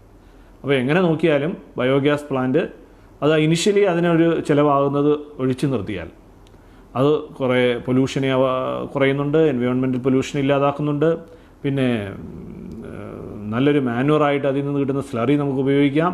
നല്ല കലോറിഫിക് വാല്യൂ ഉള്ള ഒരു ഫ്യുവലായിട്ട് നമുക്ക് ഉപയോഗിക്കാം. അപ്പോൾ ഇങ്ങനെയൊക്കെയുള്ള ഗുണങ്ങൾ നമുക്ക് പിന്നെ ബയോഗ്യാസ് പ്ലാന്റിൽ നിന്ന് ലഭിക്കും. അത് ഓർത്തിരിക്കാം. അപ്പോൾ ഇതൊക്കെ പഠിക്കുമ്പോൾ നമ്മൾ ഓർത്തിരിക്കുന്നതാണ് കലോറിഫിക് വാല്യൂ അല്ലെങ്കിൽ കലോറിക മൂല്യം എന്നൊക്കെയുള്ള പോയിന്റ്. എന്താണ് കലോറിഫിക് മൂല്യം? എപ്പോഴും ചോദിക്കുന്ന ഒരു ചോദ്യമാണ് ഈ ചാപ്റ്ററിൽ നിന്ന്. 1 കിലോഗ്രാം ഫ്യുവൽ ബേൺ ചെയ്യുമ്പോൾ ഉണ്ടാകുന്ന ഹീറ്റിൻ്റെ അളവാണ് കലോറിഫിക് വാല്യൂ. 1 കിലോഗ്രാം ഉള്ള ഒരു ഇന്ധനം, അത് ഏതോ ആയിക്കോട്ടെ, LPG ആവാം, ചാണകമാവാം, അല്ലെങ്കിൽ പിന്നെ മീഥൈനാവാം, അങ്ങനെ ഏതായിക്കോട്ടെ, അത് കത്തുമ്പോൾ ഉണ്ടാകുന്ന ഹീറ്റിൻ്റെ അളവാണ് കലോറിഫിക് വാല്യൂ. കലോറിഫിക് വാല്യൂ ഉള്ള ഇന്ധനം. പക്ഷേ ഹൈഡ്രജൻ ഉപയോഗിച്ചാൽ നമ്മുടെ വീട്ടിൽ ആഹാരം പാചകം ചെയ്യാൻ ഉപയോഗിക്കുന്നില്ല. ഗാർഹിക ഉപയോഗങ്ങൾക്ക് ഹൈഡ്രജൻ ഉപയോഗിക്കുന്നില്ല. കാരണം ഹൈഡ്രജൻ ഹൈലി എക്സ്പ്ലോസീവാണ്. ഹൈഡ്രജൻ എന്താണ് ഇന്ധനമായി ഉപയോഗിക്കാത്തതെന്ന് വെച്ചാൽ ഇത് ഹൈലി എക്സ്പ്ലോസീവാണ്. ഭയങ്കര സ്ഫോടന സ്വഭാവമുള്ള ഒരു ഇന്ധനമാണ് ഹൈഡ്രജൻ. പക്ഷേ കലോറിഫിക് വാല്യൂ ഭയങ്കര ചൂടാണ് അതിൽ നിന്ന് പുറത്തേക്ക് വരുന്നത്. ഹീറ്റ് ഭയങ്കരമായി ഉൽപ്പാദിപ്പിക്കുന്ന ഒന്നാണ് ഹൈഡ്രജൻ. പിന്നെ ഇതിൻ്റെ അപകട സാധ്യത കുറച്ച് ഉപയോഗിക്കുന്നതിനെക്കുറിച്ചൊക്കെയുള്ള പഠനങ്ങൾ നടക്കുകയാണ്. അതൊക്കെ ഉപയോഗത്തിലേക്ക് വരികയും ചെയ്തുകൊണ്ടിരിക്കുകയാണ്. അപ്പോൾ ഇപ്പോൾ നമ്മൾ ഉപയോഗിക്കുന്നത്, അതുകൊണ്ട് തന്നെ നമ്മുടെ കലോറിഫിക് വാല്യൂ തൊട്ട് താഴെ നിൽക്കുന്ന LPG പോലുള്ള ഇന്ധനങ്ങളാണ് നമ്മൾ ഉപയോഗിക്കുന്നത്. ഹൈഡ്രജനെ അപേക്ഷിച്ച് അത് കലോറിഫിക് വാല്യൂ കുറവാണ്. അപ്പോൾ കലോറിഫിക് വാല്യൂ എന്ന് പറഞ്ഞാൽ എന്താണെന്ന് മനസ്സിലാക്കണം. 1 കിലോഗ്രാം ഫ്യുവൽ എന്നുള്ള പോയിൻ്റ് അവിടെ ഓർത്തിരിക്കണം. 1 കിലോഗ്രാം ഫ്യുവൽ കത്തുമ്പോഴാണ്. അല്ലാതെ ഫ്യുവൽ കത്തുമ്പോൾ പലരും പരീക്ഷയ്ക്ക് എഴുതുന്ന കണ്ടിട്ടുണ്ട്, ഇന്ധനം 1 കിലോഗ്രാം ഫ്യുവൽ എന്ന് 1 കിലോഗ്രാം ഇന്ധനമെന്ന് സ്പെസിഫിക് ആയിട്ട് അവിടെ ഓർത്തിരിക്കണം. അപ്പോൾ അതാണ് കലോറിഫിക് മൂല്യത്തെക്കുറിച്ച്. ഒരു ഇന്ധനത്തിലുണ്ടായിരിക്കേണ്ട പ്രധാനപ്പെട്ട ഗുണങ്ങളിലൊന്നാണ് കലോറിഫിക് മൂല്യം കൂടുതലാണ് എന്നുള്ളത്. പിന്നെ ഈ ഹൈഡ്രജൻ, അപ്പോൾ എന്താണ് ഇതിൻ്റെ ഉപയോഗം? ഹൈഡ്രജനെ അങ്ങനെ ഇത്രയും കലോറിഫിക് മൂല്യമുള്ള ഹൈഡ്രജനെ നമ്മൾ ഉപയോഗിക്കുന്നുണ്ട്. ഇപ്പോൾ ഹൈഡ്രജൻ ഫ്യുവൽ സെല്ലായിട്ട് ഉപയോഗിക്കുന്നുണ്ട്. ഹൈഡ്രജനും ഓക്സിജനുമായിട്ട്, ഹൈഡ്രജൻ റോക്കറ്റുകളിൽ ഇന്ധനമായിട്ടൊക്കെ ഹൈഡ്രജൻ എന്ത് ചെയ്യുന്നുണ്ട്, ഉപയോഗിക്കുന്നുണ്ട് എന്നുള്ളതുകൂടെ ഓർത്തിരിക്കണം. മറ്റൊന്നെന്ന് പറയുന്നത് നമുക്കിവിടെ വിവിധ പവർ സ്റ്റേഷനുകളെ കുറിച്ച് പറയാനുണ്ട്. ഹൈഡ്രോ ഇലക്ട്രിക് പവർ സ്റ്റേഷൻ, കേരളത്തിൽ ഹൈഡ്രോ ഇലക്ട്രിക് പവർ സ്റ്റേഷനുകൾ ധാരാളമായുണ്ട്. മൂലമറ്റം ഒരു ഹൈഡ്രോ ഇലക്ട്രിക് പവർ സ്റ്റേഷനാണ്. നമുക്കറിയാം ഇപ്പം മഴയൊക്കെ ഒരുപാട് പെയ്യുന്ന സമയമാണ്. നമ്മൾ ഡാമിൽ ഇഷ്ടംപോലെ ജലം സ്റ്റോർ ചെയ്ത് വയ്ക്കും. ഈ സ്റ്റോർ ചെയ്യുന്ന ജലത്തിന് പൊട്ടൻഷ്യൽ എനർജിയുണ്ട്, സ്ഥിതികോർജ്ജമുണ്ട്. ഇത് നമ്മൾ ഒഴുക്കി വിടുമ്പോൾ ഇത് കൈനറ്റിക് എനർജിയായി മാറും. അത് ജനറേറ്ററിനെ പ്രവർത്തിപ്പിക്കും, ടർബൈൻ കറങ്ങും എന്നൊക്കെ നമ്മൾ പഠിച്ചിട്ടുണ്ട്. അപ്പോൾ ജലത്തിലൂടെ ഇലക്ട്രിസിറ്റി ഉൽപ്പാദിപ്പിക്കുന്നതാണ് ഹൈഡ്രോ ഇലക്ട്രിക് പവർ സ്റ്റേഷൻ എന്ന് പറയുന്നത്. ഓർത്തിരിക്കുക, ഹൈഡ്രോ ഇലക്ട്രിക് പവർ സ്റ്റേഷൻ ജലവൈദ്യുത നിലയങ്ങൾ തന്നെയാണ്. ഇതിന് എക്സാമ്പിൾ ചോദിച്ചാൽ മൂലമറ്റം, പള്ളിവാസൽ എന്നൊക്കെ ആണ് ഉത്തരം. ഏതൊക്കെയാണ് പവർ സ്റ്റേഷൻ എന്ന് ചോദിച്ചു കഴിഞ്ഞാൽ. മറ്റൊന്ന് നമ്മൾ ഓർത്തിരിക്കേണ്ടത് തെർമൽ പവർ സ്റ്റേഷനുണ്ട്. ഇപ്പോൾ ഡീസൽ, നാഫ്ത. ഇപ്പം നമുക്ക് തന്നെ കായംകുളത്തൊരു തെർമൽ പവർ സ്റ്റേഷനുണ്ട്. അവിടെ ഉപയോഗിക്കുന്ന ഇന്ധനം നാഫ്തയാണ്. ഈ നാഫ്ത കത്തിക്കുമ്പോൾ ഭയങ്കരമായ ഹീറ്റ് ഉൽപ്പാദിപ്പിക്കപ്പെടും. ആ ഹീറ്റിൻ്റെ ശക്തി കൊണ്ട് ജലത്തെ എന്താക്കി മാറ്റും? നീരാവിയാക്കി മാറ്റും. ആ നീരാവി ഉപയോഗിച്ച് ടർബൈൻ കറക്കും, സ്റ്റീമിനെ ടർബൈൻ കറപ്പിക്കും. അപ്പോൾ അങ്ങനെ പ്രവർത്തിക്കുന്നതാണ് thermal power station. Kayamkulam, Ramagundam എന്നൊക്കെ പറയുന്നത് തെർമൽ പവർ സ്റ്റേഷന് എക്സാമ്പിളാണ്. അപ്പോൾ അതാണ് അവിടെയുള്ള പവർ സ്റ്റേഷനുകളെക്കുറിച്ച് ഓർത്തിരിക്കേണ്ടത്. പിന്നെ ഇനിയിപ്പം നമ്മൾ ഓർത്തിരിക്കേണ്ടത് ഏറ്റവും പ്രധാനപ്പെട്ടത് ഒരു സോളാർ ഊർജ്ജത്തിൻ്റെ ആണ്. അടുത്ത ഭാവിയിലെ ഊർജ്ജം എന്നൊക്കെയാണ് നമ്മൾ ഇതിനെ അറിയപ്പെടുന്നത്. സോളാർ ഊർജ്ജം, സോളാർ എനർജി എന്നൊക്കെ പറയുന്നത്. സൂര്യൻ്റെ ഊർജ്ജം പരമാവധി ഉപയോഗിച്ച് കൊണ്ടാണ് നമ്മളിനി എനർജി ക്രൈസിസ് പരിഹരിക്കാൻ പോകുന്നത്, അല്ലേ? അതിന് ഏറ്റവും പ്രധാനപ്പെട്ടതാണ് സോളാർ സെൽ, സോളാർ പാനൽ എന്നൊക്കെ നിങ്ങൾ കേട്ടിട്ടുണ്ടാവും. ഈ സോളാർ സെൽ എന്ന് പറയുന്നത് ഒരു സിലിക്കൺ ഡയോഡാണ്. അതിനകത്ത് പി ഭാഗവും എൻ ഭാഗവും ഒക്കെ കാണും. സൂര്യപ്രകാശം എൻ ഭാഗത്തിലേക്ക് വന്ന് വീഴുമ്പോൾ പി ഭാഗത്തു നിന്ന് ഇലക്ട്രോൺ ഒഴുകും. ഈ ഇലക്ട്രോൺ ഒഴുകുന്നതാണ് വൈദ്യുതി. ഈ വൈദ്യുതിയെ നമ്മൾ സ്റ്റോറേജ് ബാറ്ററികളിൽ സംഭരിച്ച് വെച്ച് ആവശ്യാനുസരണം ഉപയോഗിക്കുകയാണ്. ഈ സോളാർ സെല്ലിൻ്റെ കൂട്ടത്തിന് പറയുന്ന പേരാണ് സോളാർ പാനൽ. ഈ സോളാർ പാനൽ നമ്മുടെ ഒരു പ്രധാനപ്പെട്ട എയർപോർട്ടിലിപ്പം സോളാർ പാനലിൽ നെടുമ്പാശ്ശേരി എയർപോർട്ട് ഉണ്ടാവും. വലിയ നേടിയതാണ്. ഒരു വലിയ എയർപോർട്ടിലെ വൈദ്യുത ആവശ്യങ്ങൾക്ക് വേണ്ടി ഉപയോഗിക്കുന്നത് എന്നുള്ളതാണ്. അപ്പോൾ അതാണ് ഇനി ഭാവിയുടെ ഊർജ്ജമായി നമ്മൾ പരിഗണിക്കാൻ പോകുന്നത്. നമ്മുടെ ഒരുപാട് ആവശ്യം സോളാർ പാവേണ്ടി വരും. അപ്പോൾ സോളാർ ഓർത്തുകൊള്ളുക, അതൊരു ഡയോഡാണ് എന്നുള്ളത് ഓർത്തുകൊള്ളുക. അതിൽ ഉൽപ്പാദിപ്പിക്കുന്ന ഇലക്ട്രോൺ ഒഴുകുമ്പോൾ അതിൽ ഉൽപ്പാദിപ്പിക്കുന്ന പ്രഭാവത്തിന് പറയുന്നത് ഫോട്ടോ വോൾട്ടായിക് ഇഫക്റ്റ് എന്നാണ് പറയുന്നത്. അത് ഓർത്തിരിക്കണം അത്രയും. പിന്നെയുള്ളതെന്ന് പറയുന്നത് ഈ സോളാർ ഊർജ്ജം വെച്ച് പ്രവർത്തിപ്പിക്കുന്ന ഉപകരണങ്ങളൊക്കെയുണ്ട്. അതിലൊന്നാണ് സോളാർ കുക്കർ. അപ്പോൾ സൂര്യപ്രകാശം ഉള്ളിടത്തൊക്കെ ഇത് ഉപയോഗിക്കാൻ പറ്റുമെന്നുള്ളതാണ് അതിൻ്റെ ഒരു പോരായ്മ. പക്ഷേ ഈ സോളാർ കുക്കറിൻ്റെ പ്രവർത്തനത്തിൽ 3 പോയിൻ്റ് അവിടെ ഓർത്തിരിക്കണം. ഈ സോളാർ കുക്കർ കറുത്ത പെയിൻറ്റ് അടിച്ചിരിക്കും അതിനകത്ത്. എന്താണ് ഈ ബ്ലാക്ക് പെയിൻറ്റ് ഇതിനകത്ത് അടിച്ചിരിക്കുന്നതെന്ന് ചോദിച്ചു കഴിഞ്ഞാൽ നിങ്ങൾ മനസ്സിലാക്കുക, ബ്ലാക്കിന് ഹീറ്റിനെ അബ്സോർബ് ചെയ്യാനുള്ള കഴിവുണ്ട്. മറ്റൊന്നൊരു ഗ്ലാസ് ലിഡ് കൊണ്ട് ഈ സോളാർ കുക്കറിൻ്റെ മുകൾ ഭാഗം അടച്ചിരിക്കും. എന്താണ് ഈ ഗ്ലാസ് ഉപയോഗിക്കാൻ കാരണം?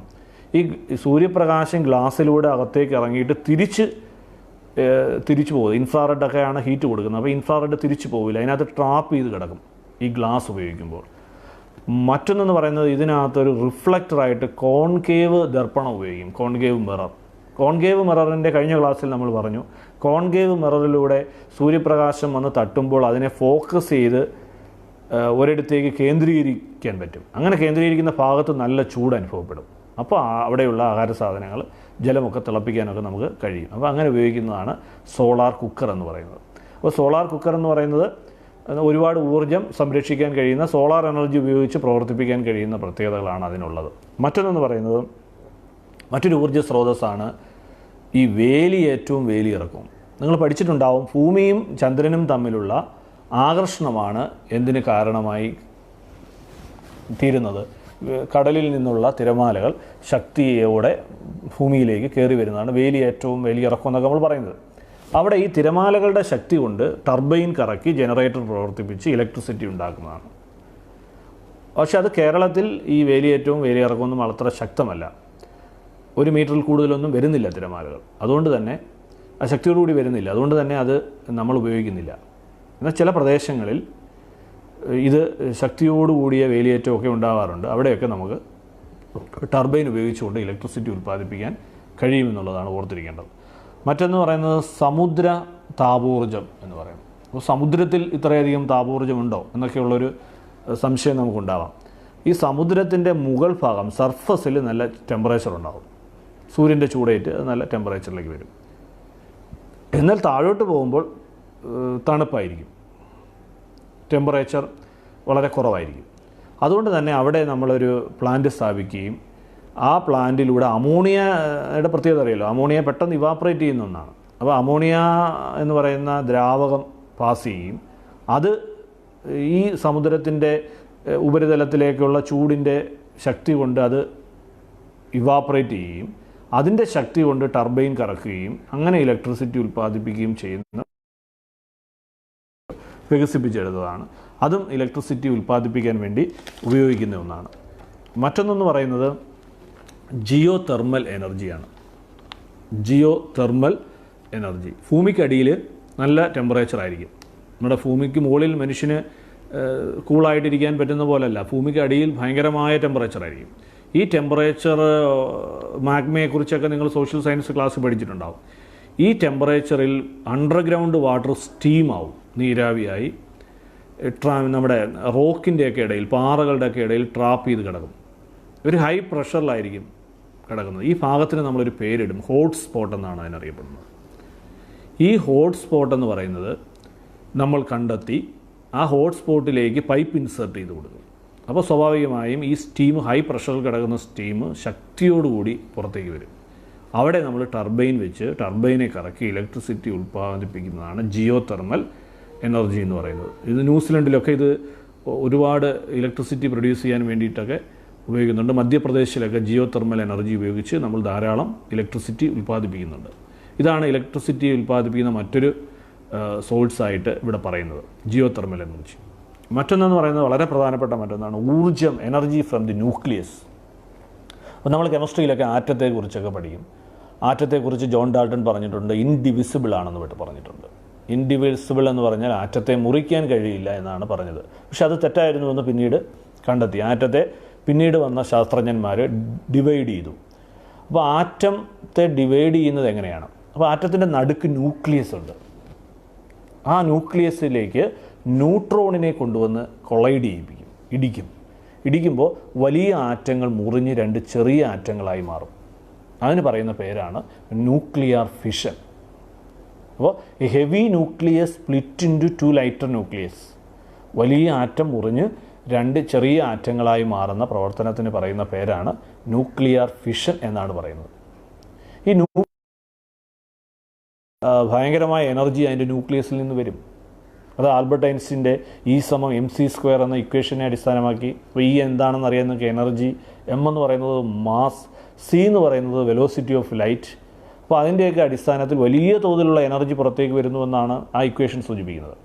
അപ്പോൾ ഒരു ഹെവി ന്യൂക്ലിയസ് സ്പ്ലിറ്റ് ചെയ്ത് രണ്ട് ലൈറ്റർ ന്യൂക്ലിയസ് ആവുന്നതാണ് ന്യൂക്ലിയർ ഫിഷൻ. ന്യൂക്ലിയർ ഫിഷനിലൂടെ ഭയങ്കരമായ എനർജി അവിടുന്ന് സ്വതന്ത്രമാവുന്നുണ്ട്. ഈ എനർജി ഉപയോഗിച്ച് വാട്ടറിനെ സ്റ്റീമാക്കി, സ്റ്റീം ഉപയോഗിച്ച് ടർബൈൻ കറക്കി, അങ്ങനെയാണ് നമ്മൾ ഇലക്ട്രിസിറ്റി അവിടെ പ്രൊഡ്യൂസ് ചെയ്യുന്നത്. വലിയൊരു എനർജി സോഴ്സാണ്. അതിനൊരു ഉദാഹരണം വേണമെങ്കിൽ നമ്മുടെ ആറ്റം ബോംബ്. നമ്മുടെ ആറ്റം ബോംബ് എന്ന് പറയുന്നത് നമ്മൾ സ്ഫോടനം നടത്തുന്നത് വലിയ മരുഭൂമികളിൽ കിണറുകൾ കുഴിച്ച് അതിൻ്റെ അടിയിൽ കൊണ്ടുവച്ചിട്ടാണ് ഈ ആറ്റം ബോംബിൻ്റെ എക്സ്പ്ലോഷനൊക്കെ നടത്തുന്നത്. വലിയ എനർജിയാണ് അതിൽ നിന്ന് പുറത്തേക്ക് വരുന്നത്. അപ്പോൾ ഒരു ഹിരോഷിമയിലും നാഗസാക്കിയിലുമൊക്കെ ആറ്റം ബോംബ് മറ്റ് അമേരിക്ക പോലുള്ള രാജ്യങ്ങൾ ഇട്ടതൊക്കെ നമ്മൾ സോഷ്യൽ സയൻസിലൊക്കെ പഠിച്ചിട്ടുണ്ട്. വലിയ ദുരന്തമാണ് അതുകൊണ്ടുണ്ടാകുന്നത്. ഭയങ്കരമായ എനർജിയാണ് അതിൽ നിന്ന് പോകുന്നത്. അപ്പോൾ ഇതൊരു ആറ്റം ബോംബിൻ്റെ പ്രിൻസിപ്പിൾ എന്ന് പറയുന്നതും ന്യൂക്ലിയർ ഫിഷനാണ്. ഒരു ആറ്റം മുറിഞ്ഞ് രണ്ട് ചെറിയ ആറ്റങ്ങളായി മാറുന്ന ആ പ്രോസസ്സാണ് ആറ്റം ബോംബിൽ നടക്കുന്നത്. പക്ഷേ ഇതുപയോഗിച്ച് ബോംബ് പോലുള്ളത് മാത്രമല്ല, നമ്മുടെ യൂസ്ഫുള്ളായി ഇലക്ട്രിസിറ്റി ഉൽപ്പാദിപ്പിക്കാനും കഴിയും ന്യൂക്ലിയർ എനർജി എന്ന് പറയുന്നത്. അങ്ങനെ ന്യൂക്ലിയർ എനർജി ഉൽപ്പാദിപ്പിക്കുന്ന സ്ഥലങ്ങൾ നമ്മുടെ കേരളത്തിലില്ല. നമ്മുടെ തൊട്ടടുത്തൊരു സ്ഥലമുണ്ട്, കൂടംകുളം, പിന്നെ കൽപ്പാക്കം. ഇവയൊക്കെ ന്യൂക്ലിയർ എനർജി ഉൽപ്പാദിപ്പിക്കുന്നതാണ്. അങ്ങനെ ഉൽപ്പാദിപ്പിക്കുന്ന ഇതിന് പറയുന്ന അതിൻ്റെ ആ സംവിധാനത്തിന് പറയുന്നതാണ് ന്യൂക്ലിയർ റിയാക്ടർ. കഴിഞ്ഞ മോഡലിന് ചോദിച്ച ചോദ്യമാണ് ന്യൂക്ലിയർ റിയാക്ടർ. ന്യൂക്ലിയർ എനർജിയെ ഇലക്ട്രിക് എനർജിയാക്കി മാറ്റുന്നതാണ്. അപ്പോൾ അത് ഓർത്തിരിക്കണം. ന്യൂക്ലിയർ ഫിഷൻ എന്താണെന്ന് ഓർത്തിരിക്കണം. എന്താണ് ന്യൂക്ലിയർ ഫിഷൻ? ആരെ കൊണ്ടാണ് ന്യൂക്ലിയസിൽ കൊണ്ടിരിക്കുന്നത്? കൊളിഷൻ നടത്തുന്നത് ന്യൂട്രോണിനെ കൊണ്ടാണ്. അപ്പോഴാണ് അത് സ്പ്ലിറ്റ് ചെയ്ത് പോകുന്നത്. ഇതാണ് അതിൻ്റെ പിന്നിൽ ആറ്റം ബോംബിൻ്റെ പ്രിൻസിപ്പിളാണ്. ആറ്റം ബോംബിൻ്റെ പിന്നിൽ ഈ ന്യൂക്ലിയർ ഫിഷനാണ് എന്ന് ഓർത്തിരിക്കണം.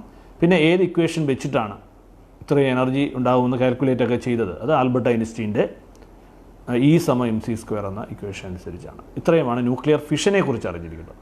പിന്നെ മറ്റൊന്നുണ്ട്, ന്യൂക്ലിയർ ഫ്യൂഷനുണ്ട്. എന്താണ് ന്യൂക്ലിയർ ഫ്യൂഷൻ? ആ പേരിൽ തന്നെയുണ്ട്, കൂടിച്ചേരലാണ്. ഇവ ചെറിയ ആറ്റങ്ങൾ കൂടിച്ചേരും. ഹൈഡ്രജൻ പോലുള്ള ചെറിയ ആറ്റങ്ങൾ കൂടിച്ചേരുമ്പോൾ അതിന് പറയുന്ന പേരാണ് ഫ്യൂഷൻ. ഈ ഫ്യൂഷൻ നടക്കുമ്പോഴും ഇതുപോലെ എനർജി സ്വതന്ത്രമാവുന്നുണ്ട്. ഇപ്പം നമ്മൾ ഈ സംസാരിക്കുന്ന സമയത്ത് സൂര്യനിൽ ഹൈഡ്രജൻ ആറ്റങ്ങൾ കൂടിച്ചേർന്നുകൊണ്ടിരിക്കുകയാണ്. കൂടിച്ചേർന്ന് അത് വലിയൊരു എനർജിയായി മാറുന്നുണ്ട്. അതാണ് നമുക്ക് കിട്ടുന്ന ലൈറ്റും ഹീറ്റും ഒക്കെ എന്ന് പറയുന്നത് ന്യൂക്ലിയർ ഫ്യൂഷനാണ്. സൂര്യൻ വേണമെങ്കിൽ ഒരു ഹൈഡ്രജൻ ബോംബാണെന്നൊക്കെ നമുക്ക് പറയാം. കാരണം അവിടെ നടക്കുന്നത് ന്യൂക്ലിയർ ഫ്യൂഷനാണ്. അപ്പോൾ ഇത് ന്യൂക്ലിയർ ഫിഷനേക്കാൾ വലിയ എനർജിയാണ് ന്യൂക്ലിയർ ഫ്യൂഷനിൽ ഉണ്ടാകുന്നത്. ഹൈഡ്രജൻ ബോംബിൻ്റെ പിന്നിൽ ന്യൂക്ലിയർ ഫ്യൂഷൻ എന്ന പ്രവർത്തനമാണ്. അവിടെയും നമുക്ക് അത് ഉപയോഗിച്ച് നമുക്ക് ഇലക്ട്രിസിറ്റി ധാരാളമായിട്ട് ഉൽപ്പാദിപ്പിക്കാൻ കഴിയും. ഇതാണ് ഈ ന്യൂക്ലിയർ എനർജിയിൽ നിന്ന് കിട്ടുന്നത്, ന്യൂക്ലിയർ ഫിഷൻ മുഖേനയും ന്യൂക്ലിയർ ഫ്യൂഷൻ മുഖേനയും. ന്യൂക്ലിയർ ഫിഷൻ എന്താണെന്ന് മനസ്സിലാക്കണം. ന്യൂക്ലിയർ ഫ്യൂഷൻ എന്നതാണ് lighter nuclei combine to form a heavy nuclei, that is cold nuclear fusion. ചെറിയ ആറ്റങ്ങൾ കൂടിച്ചേർന്ന്, ചെറിയ ന്യൂക്ലിയസുകൾ കൂടിച്ചേർന്ന് വലിയ ആറ്റമായി മാറുന്നതാണ് ന്യൂക്ലിയർ ഫ്യൂഷൻ. വലിയ ആറ്റം വിഘടിച്ച് രണ്ട് ചെറിയ ആറ്റങ്ങളായി മാറുന്നതാണ് ന്യൂക്ലിയർ ഫിഷൻ. അപ്പോൾ അങ്ങനെയുള്ള വ്യത്യാസം മനസ്സിലാക്കിയെടുക്കുക.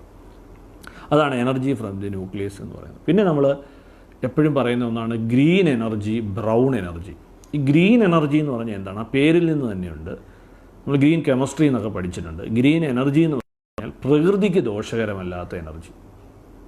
അതാണ് നമ്മൾ ഗ്രീൻ എനർജി. സോളാർ എനർജിയൊക്കെ പ്രകൃതിക്ക് വലിയ ദോഷമൊന്നും ചെയ്യുന്നില്ല, യാതൊരു ദോഷവും ഉണ്ടാകുന്നില്ല, മലിനീകരണം ഉണ്ടാകുന്നില്ല. എന്നാൽ നമ്മളിപ്പോൾ പഠിച്ച ന്യൂക്ലിയർ എനർജിയോ അത് ലീക്കങ്ങണമാണ്, ന്യൂക്ലിയർ പൊല്യൂഷൻ ഉണ്ടാകുന്നുണ്ട്. അത് ഒരുപാട് ജീവജാലങ്ങളെ ബാധിക്കും. മനുഷ്യന് ക്യാൻസർ പോലുള്ള ജീവജാലങ്ങൾക്കൊക്കെ വലിയ ക്യാൻസർ പോലുള്ള അസുഖങ്ങൾ ഈ ന്യൂക്ലിയർ വേസ്റ്റ് മുഖേന ഉണ്ടാവും. അപ്പോൾ അതൊരു ബ്രൗൺ എനർജിയാണ്. നമുക്ക് ഗുണകരമാവുന്നതൊക്കെ, പ്രകൃതിക്ക് ദോഷമില്ലാത്തതൊക്കെ ഗ്രീൻ എനർജിയാണ്. പ്രകൃതിക്ക് ദോഷകരമായി മാറുന്നതൊക്കെ ബ്രൗൺ എനർജിയാണ്. ഗ്രീൻ എനർജിക്ക് ഒരു ഉദാഹരണമാണ് സോളാർ എനർജി. തിരമാലയിൽ നിന്ന് വരുന്ന എനർജി ഒരു കുഴപ്പമില്ല. കാറ്റിൽ നിന്ന് ലഭിക്കുന്ന എനർജി, വിൻഡ് എനർജി. ഇപ്പോൾ വിൻഡ് എനർജിയെ കുറിച്ച് പറഞ്ഞു കഴിഞ്ഞാൽ അത് നമ്മുടെ കേരളത്തിലൊന്നും അങ്ങനെ ഇല്ലെങ്കിൽ പോലും തമിഴ്നാട്ടിലും ഒക്കെ ഒരുപാട് വിൻഡ് എനർജി പാടങ്ങളുണ്ട്. അത് ഒരുപാട് സ്ഥലം, ഹെക്ടർ കണക്കിന് സ്ഥലമുണ്ടെങ്കിൽ അത് നമുക്ക് സ്ഥാപിക്കാൻ കഴിയുള്ളൂ. പക്ഷേ അതൊന്നും വലിയ പൊല്യൂഷൻ, അന്തരീക്ഷ മലിനീകരണം ഉണ്ടാക്കുന്നില്ല എന്നുള്ളതാണ്. അപ്പോൾ അതൊക്കെ ഗ്രീൻ എനർജിയാണ്. എന്നാൽ ന്യൂക്ലിയർ എനർജി ഉണ്ടാക്കുന്നതും തെർമൽ പവർ സ്റ്റേഷനിൽ നിന്നൊക്കെ ഒരുപാട് ചൂടൊക്കെ പുറത്തേക്ക് വരുന്നുണ്ട്. അതൊക്കെ എന്ന് പറയുന്നത് പ്രകൃതിക്ക് ദോഷകരമായ ഒന്നാണ്. അതാണ് ബ്രൗൺ എനർജി എന്ന് പറയുന്നത്. അപ്പോൾ അതും നമ്മൾ വളരെ കൃത്യമായി ഓർത്തിരിക്കേണ്ട ഒന്നാണ്. പിന്നൊന്ന്, നമ്മൾ ഈ എനർജി ക്രൈസിസ്, ഈ ചാപ്റ്റർ നമ്മൾ പഠിക്കുമ്പോൾ എനർജിയെക്കുറിച്ചൊക്കെ നമ്മൾ ഇത്രയും പഠിക്കുമ്പോഴും ഈ എനർജി ക്രൈസിസ് നമ്മൾ ഒഴിവാക്കിയേ പറ്റൂ. ഊർജ്ജ പ്രതിസന്ധി ഒഴിവാക്കിയേ പറ്റൂ. ഈ ഊർജ്ജ പ്രതിസന്ധി എങ്ങനെ ഒഴിവാക്കാം എന്നുള്ളതാണ്. ഒരു പ്രധാന പോയിന്റ് എന്ന് പറയുന്നത് മാക്സിമം സോളാർ എനർജി ഉപയോഗിക്കുക എന്നുള്ളതാണ്. പരമാവധി സൗരോർജ്ജം ഉപയോഗപ്പെടുത്തിയുള്ള ഉപകരണങ്ങളും ഊർജ്ജവും ഒക്കെ ഉപയോഗപ്പെടുത്തിയാൽ നമുക്ക് ഒരു പരിധിവരെ എനർജി ക്രൈസിസ് കുറയ്ക്കാൻ പറ്റും. കാരണം ഇപ്പോൾ നമ്മൾ ഉപയോഗിക്കുന്ന പെട്രോളിയമാണ് കൂടുതൽ, അതൊക്കെ ഭാവിയിൽ തീർന്നു പോകും. അപ്പോൾ നമ്മളൊരു ആൾട്ടർനേറ്റീവ് എന്ന് പറയുന്നത് സൗരോർജ്ജമായി കാണുകയാണ്. സൗരോർജ്ജം, സോളാർ എനർജി ഉപയോഗിക്കുക എന്നുള്ളതാണ്. അതൊരു പ്രധാനപ്പെട്ട പോയിൻ്റാണ്. മറ്റൊന്നെന്ന് പറയുന്നത് ജുഡീഷ്യസ്ലി ഇത് യൂസ് ചെയ്യുക എന്നുള്ളതാണ്. യുക്തിസഹമായി ഉപയോഗിക്കുക എന്നുള്ളതാണ്. കാരണം വേസ്റ്റാക്കി കളയരുത്. പിന്നെ നമ്മുടെ എനർജിയെ നമ്മൾ സംരക്ഷിക്കണം. വാട്ടർ വേസ്റ്റ് ചെയ്ത് കളയരുത്. അതൊക്കെ നമ്മുടെ എനർജി പോകുന്ന സംഭവങ്ങളാണ്. അപ്പോൾ അങ്ങനെ വളരെ യുക്തിസഹമായി ഇത് ഉപയോഗിക്കുക എന്നുള്ളതാണ്. 3, LDR ഘടിപ്പിക്കുക എന്ന് പറയുന്നുണ്ട്. ലൈറ്റ് ഡിപ്പെൻഡൻറ്റ് റെസിസ്റ്റർ എന്ന് പറഞ്ഞാൽ രാവിലെ റെസിസ്റ്റർ ഘടിപ്പിച്ച് കഴിയുമ്പോൾ രാവിലെ സൂര്യൻ ഉദിക്കുന്ന സമയത്ത്, വെട്ടം വരുന്ന സമയത്ത് സ്ട്രീറ്റ് ലൈറ്റുകൾ തനിയെ ഓഫായി പോകും. ഓട്ടോമാറ്റിക്കായിട്ട് ഓഫായി പോകും. രാത്രിയിൽ സൂര്യൻ അസ്തമിക്കാൻ നേരത്ത് ഇത് ഓണാവുകയും ചെയ്യും. അപ്പോൾ LDR ഘടിപ്പിച്ച് കഴിഞ്ഞാൽ ഒരുപാട് എനർജി അങ്ങനെ സേവ് ചെയ്യാൻ കഴിയും. പിന്നെ വലിയ വീടുകളിലേക്ക്, ആഡംബര വീടുകളിലേക്ക് പോകാതിരിക്കുക. അപ്പോൾ നമുക്ക് കുറേയധികം എനർജി അങ്ങനെ സേവ് ചെയ്യാൻ കഴിയും. പിന്നെ നമ്മൾ ഈ ഉത്സവത്തിനായാലും അല്ലെങ്കിൽ മറ്റ് പരിപാടികൾക്കായാലും പിന്നെ എന്തെങ്കിലും ആഘോഷങ്ങൾക്കൊക്കെ ആയാലും നമ്മൾ ഒരുപാട് ലൈറ്റ്, ദീപാലങ്കാരങ്ങളൊക്കെ നടത്തുന്നുണ്ട്. അതൊക്കെ കുറയ്ക്കുക. അങ്ങനെ വരുമ്പോൾ നമുക്ക് ഇത് കൂടുതൽ എനർജി നമുക്ക് സേവ് ചെയ്യാൻ കഴിയും. പിന്നെ എനർജി എഫിഷ്യൻ്റ് മെഷീൻസ് ഉപയോഗിക്കുക. ഈ നമ്മുടെ വണ്ടികളൊക്കെ ആണെങ്കിൽ അത് സർവീസ് ചെയ്യുക, പ്രോപ്പറായിട്ട് സർവീസ് ചെയ്യുക. അങ്ങനെയൊക്കെ വരുമ്പോൾ ഈ എനർജി ഒരുപാട് ചൂടായി കത്തിപ്പോകുന്നതൊക്കെ നമുക്ക് കുറയ്ക്കാൻ കഴിയും. അങ്ങനെയൊക്കെ ഫ്യൂവലും എനർജിയും ഒക്കെ നമുക്ക് സേവ് ചെയ്യാൻ കഴിയും. പിന്നെ പ്രഷർ കുക്കർ, നമ്മുടെ വീട്ടിലാണെങ്കിലും പ്രഷർ കുക്കറിനെ കുറിച്ച് പറയുന്നുണ്ട്. പ്രഷർ കുക്കറിൻ്റെ പ്രത്യേകത എന്ന് പറഞ്ഞാൽ അതിനകത്ത് പ്രഷർ വളരെ കൂടുതലായിരിക്കും. പ്രഷർ കൂടുമ്പോൾ ബോയിലിംഗ് പോയിൻറ്റ് കൂടും. നമ്മുടെ വീട്ടിലെ കലത്തിൽ ജലം തിളയ്ക്കുന്നത് 100 ഡിഗ്രിയിലാണെങ്കിൽ പ്രഷർ കുക്കറിനകത്ത് 120 ഡിഗ്രിയിലായിരിക്കും. അപ്പോൾ ഏതിലായിരിക്കും വേഗത്തിൽ ആഹാര സാധനങ്ങൾ വേവുന്നത്? പ്രഷർ കുക്കറിലായിരിക്കും. അപ്പോൾ പ്രഷർ കുക്കർ ഉപയോഗിച്ച് കഴിഞ്ഞാൽ പെട്ടെന്ന് ആഹാര സാധനങ്ങൾ വേവും. അങ്ങനെ നമുക്ക് ഒരുപാട് എനർജി സേവ് ചെയ്യാൻ പറ്റും. അപ്പോൾ അങ്ങനെ എപ്പോഴും ആഹാര സാധനങ്ങൾ ചൂടാക്കാതിരിക്കുക. ചൂടാറാ പെട്ടിയൊക്കെ വീടുകളിൽ ഉപയോഗിക്കുക. അങ്ങനെ വരുമ്പോൾ ഒരുപാട് എനർജി നമുക്ക് അവിടെ സേവ് ചെയ്യാൻ കഴിയുമെന്നുള്ളതാണ് മറ്റൊരു അഡ്വാൻറ്റേജ്. അപ്പോൾ ഇങ്ങനെ എനർജി ക്രൈസിസ്, പോപ്പുലേഷൻ കുറയ്ക്കുക, ഇതൊക്കെ എനർജി ക്രൈസിസ് ഉണ്ടാക്കുന്ന ഒന്നാണ്. അപ്പോൾ ഇങ്ങനെ നമുക്ക് എനർജി ക്രൈസിസ് പരമാവധി കുറയ്ക്കാൻ ഒരു 4 പോയിൻ്റ് ആയിരിക്കും പരീക്ഷയ്ക്ക് ചോദിക്കുക എനർജി ക്രൈസിസ് കുറയ്ക്കുന്നതിനുള്ള. അപ്പോൾ ഈ ചാപ്റ്റർ നമ്മൾ പഠിക്കുമ്പോൾ തന്നെ ലക്ഷ്യം വെക്കേണ്ടത് നമ്മുടെ വീട്ടിലാണെങ്കിലും നമ്മുടെ സമൂഹത്തിലാണെങ്കിലും എനർജി എങ്ങനെ പരമാവധി ഉപയോഗം കുറച്ച് ഭംഗിയായി നിറവേറ്റാമെന്നുള്ളതാണ്. അതാണ് ഇതിലൂടെ നമ്മൾ മനസ്സിലാക്കേണ്ടത്. അപ്പോൾ ഇങ്ങനെ 3 ചാപ്റ്ററുകളാണ് നമുക്കിവിടെ ഉള്ളത്. കഴിഞ്ഞ തവണ നമ്മൾ 4 ചാപ്റ്ററാണ് എടുത്തത്. ഇത്തവണ 3 ചാപ്റ്ററുകളാണ്. അങ്ങനെ 7 ചാപ്റ്ററുകളാണ് ഫിസിക്സിനകത്ത് നിന്ന് വരുന്നത്. ഒരു ചാപ്റ്ററിൽ നിന്ന് 7 മാർക്ക് കുറയാതെയുള്ള ചോദ്യങ്ങൾ പ്രതീക്ഷിക്കാം. അപ്പോൾ ഇത് ഒന്നുകൂടെ കേട്ട് വളരെ ഭംഗിയായി പഠിച്ചിട്ട് വേണം അടുത്ത ദിവസം വരുന്ന ദിവസം പരീക്ഷയ്ക്ക് പോകാൻ. എല്ലാവരും ഒരു ആശങ്കയും വേണ്ട. ഈ കൊറോണ കാലത്ത് നമ്മൾ ഈ ഒരു പ്രതിസന്ധിയിലൂടെയാണ് പോകുന്നതെങ്കിലും എല്ലാവിധ സജ്ജീകരണങ്ങളും ഗവൺമെൻറ്റും നമ്മുടെ വിദ്യാഭ്യാസ വകുപ്പും ഒക്കെ എടുത്തിട്ടുണ്ട്. വളരെ ഭംഗിയായി പോയി പരീക്ഷ എഴുതുക. എല്ലാവർക്കും വിജയാശംസകൾ നേരുന്നു.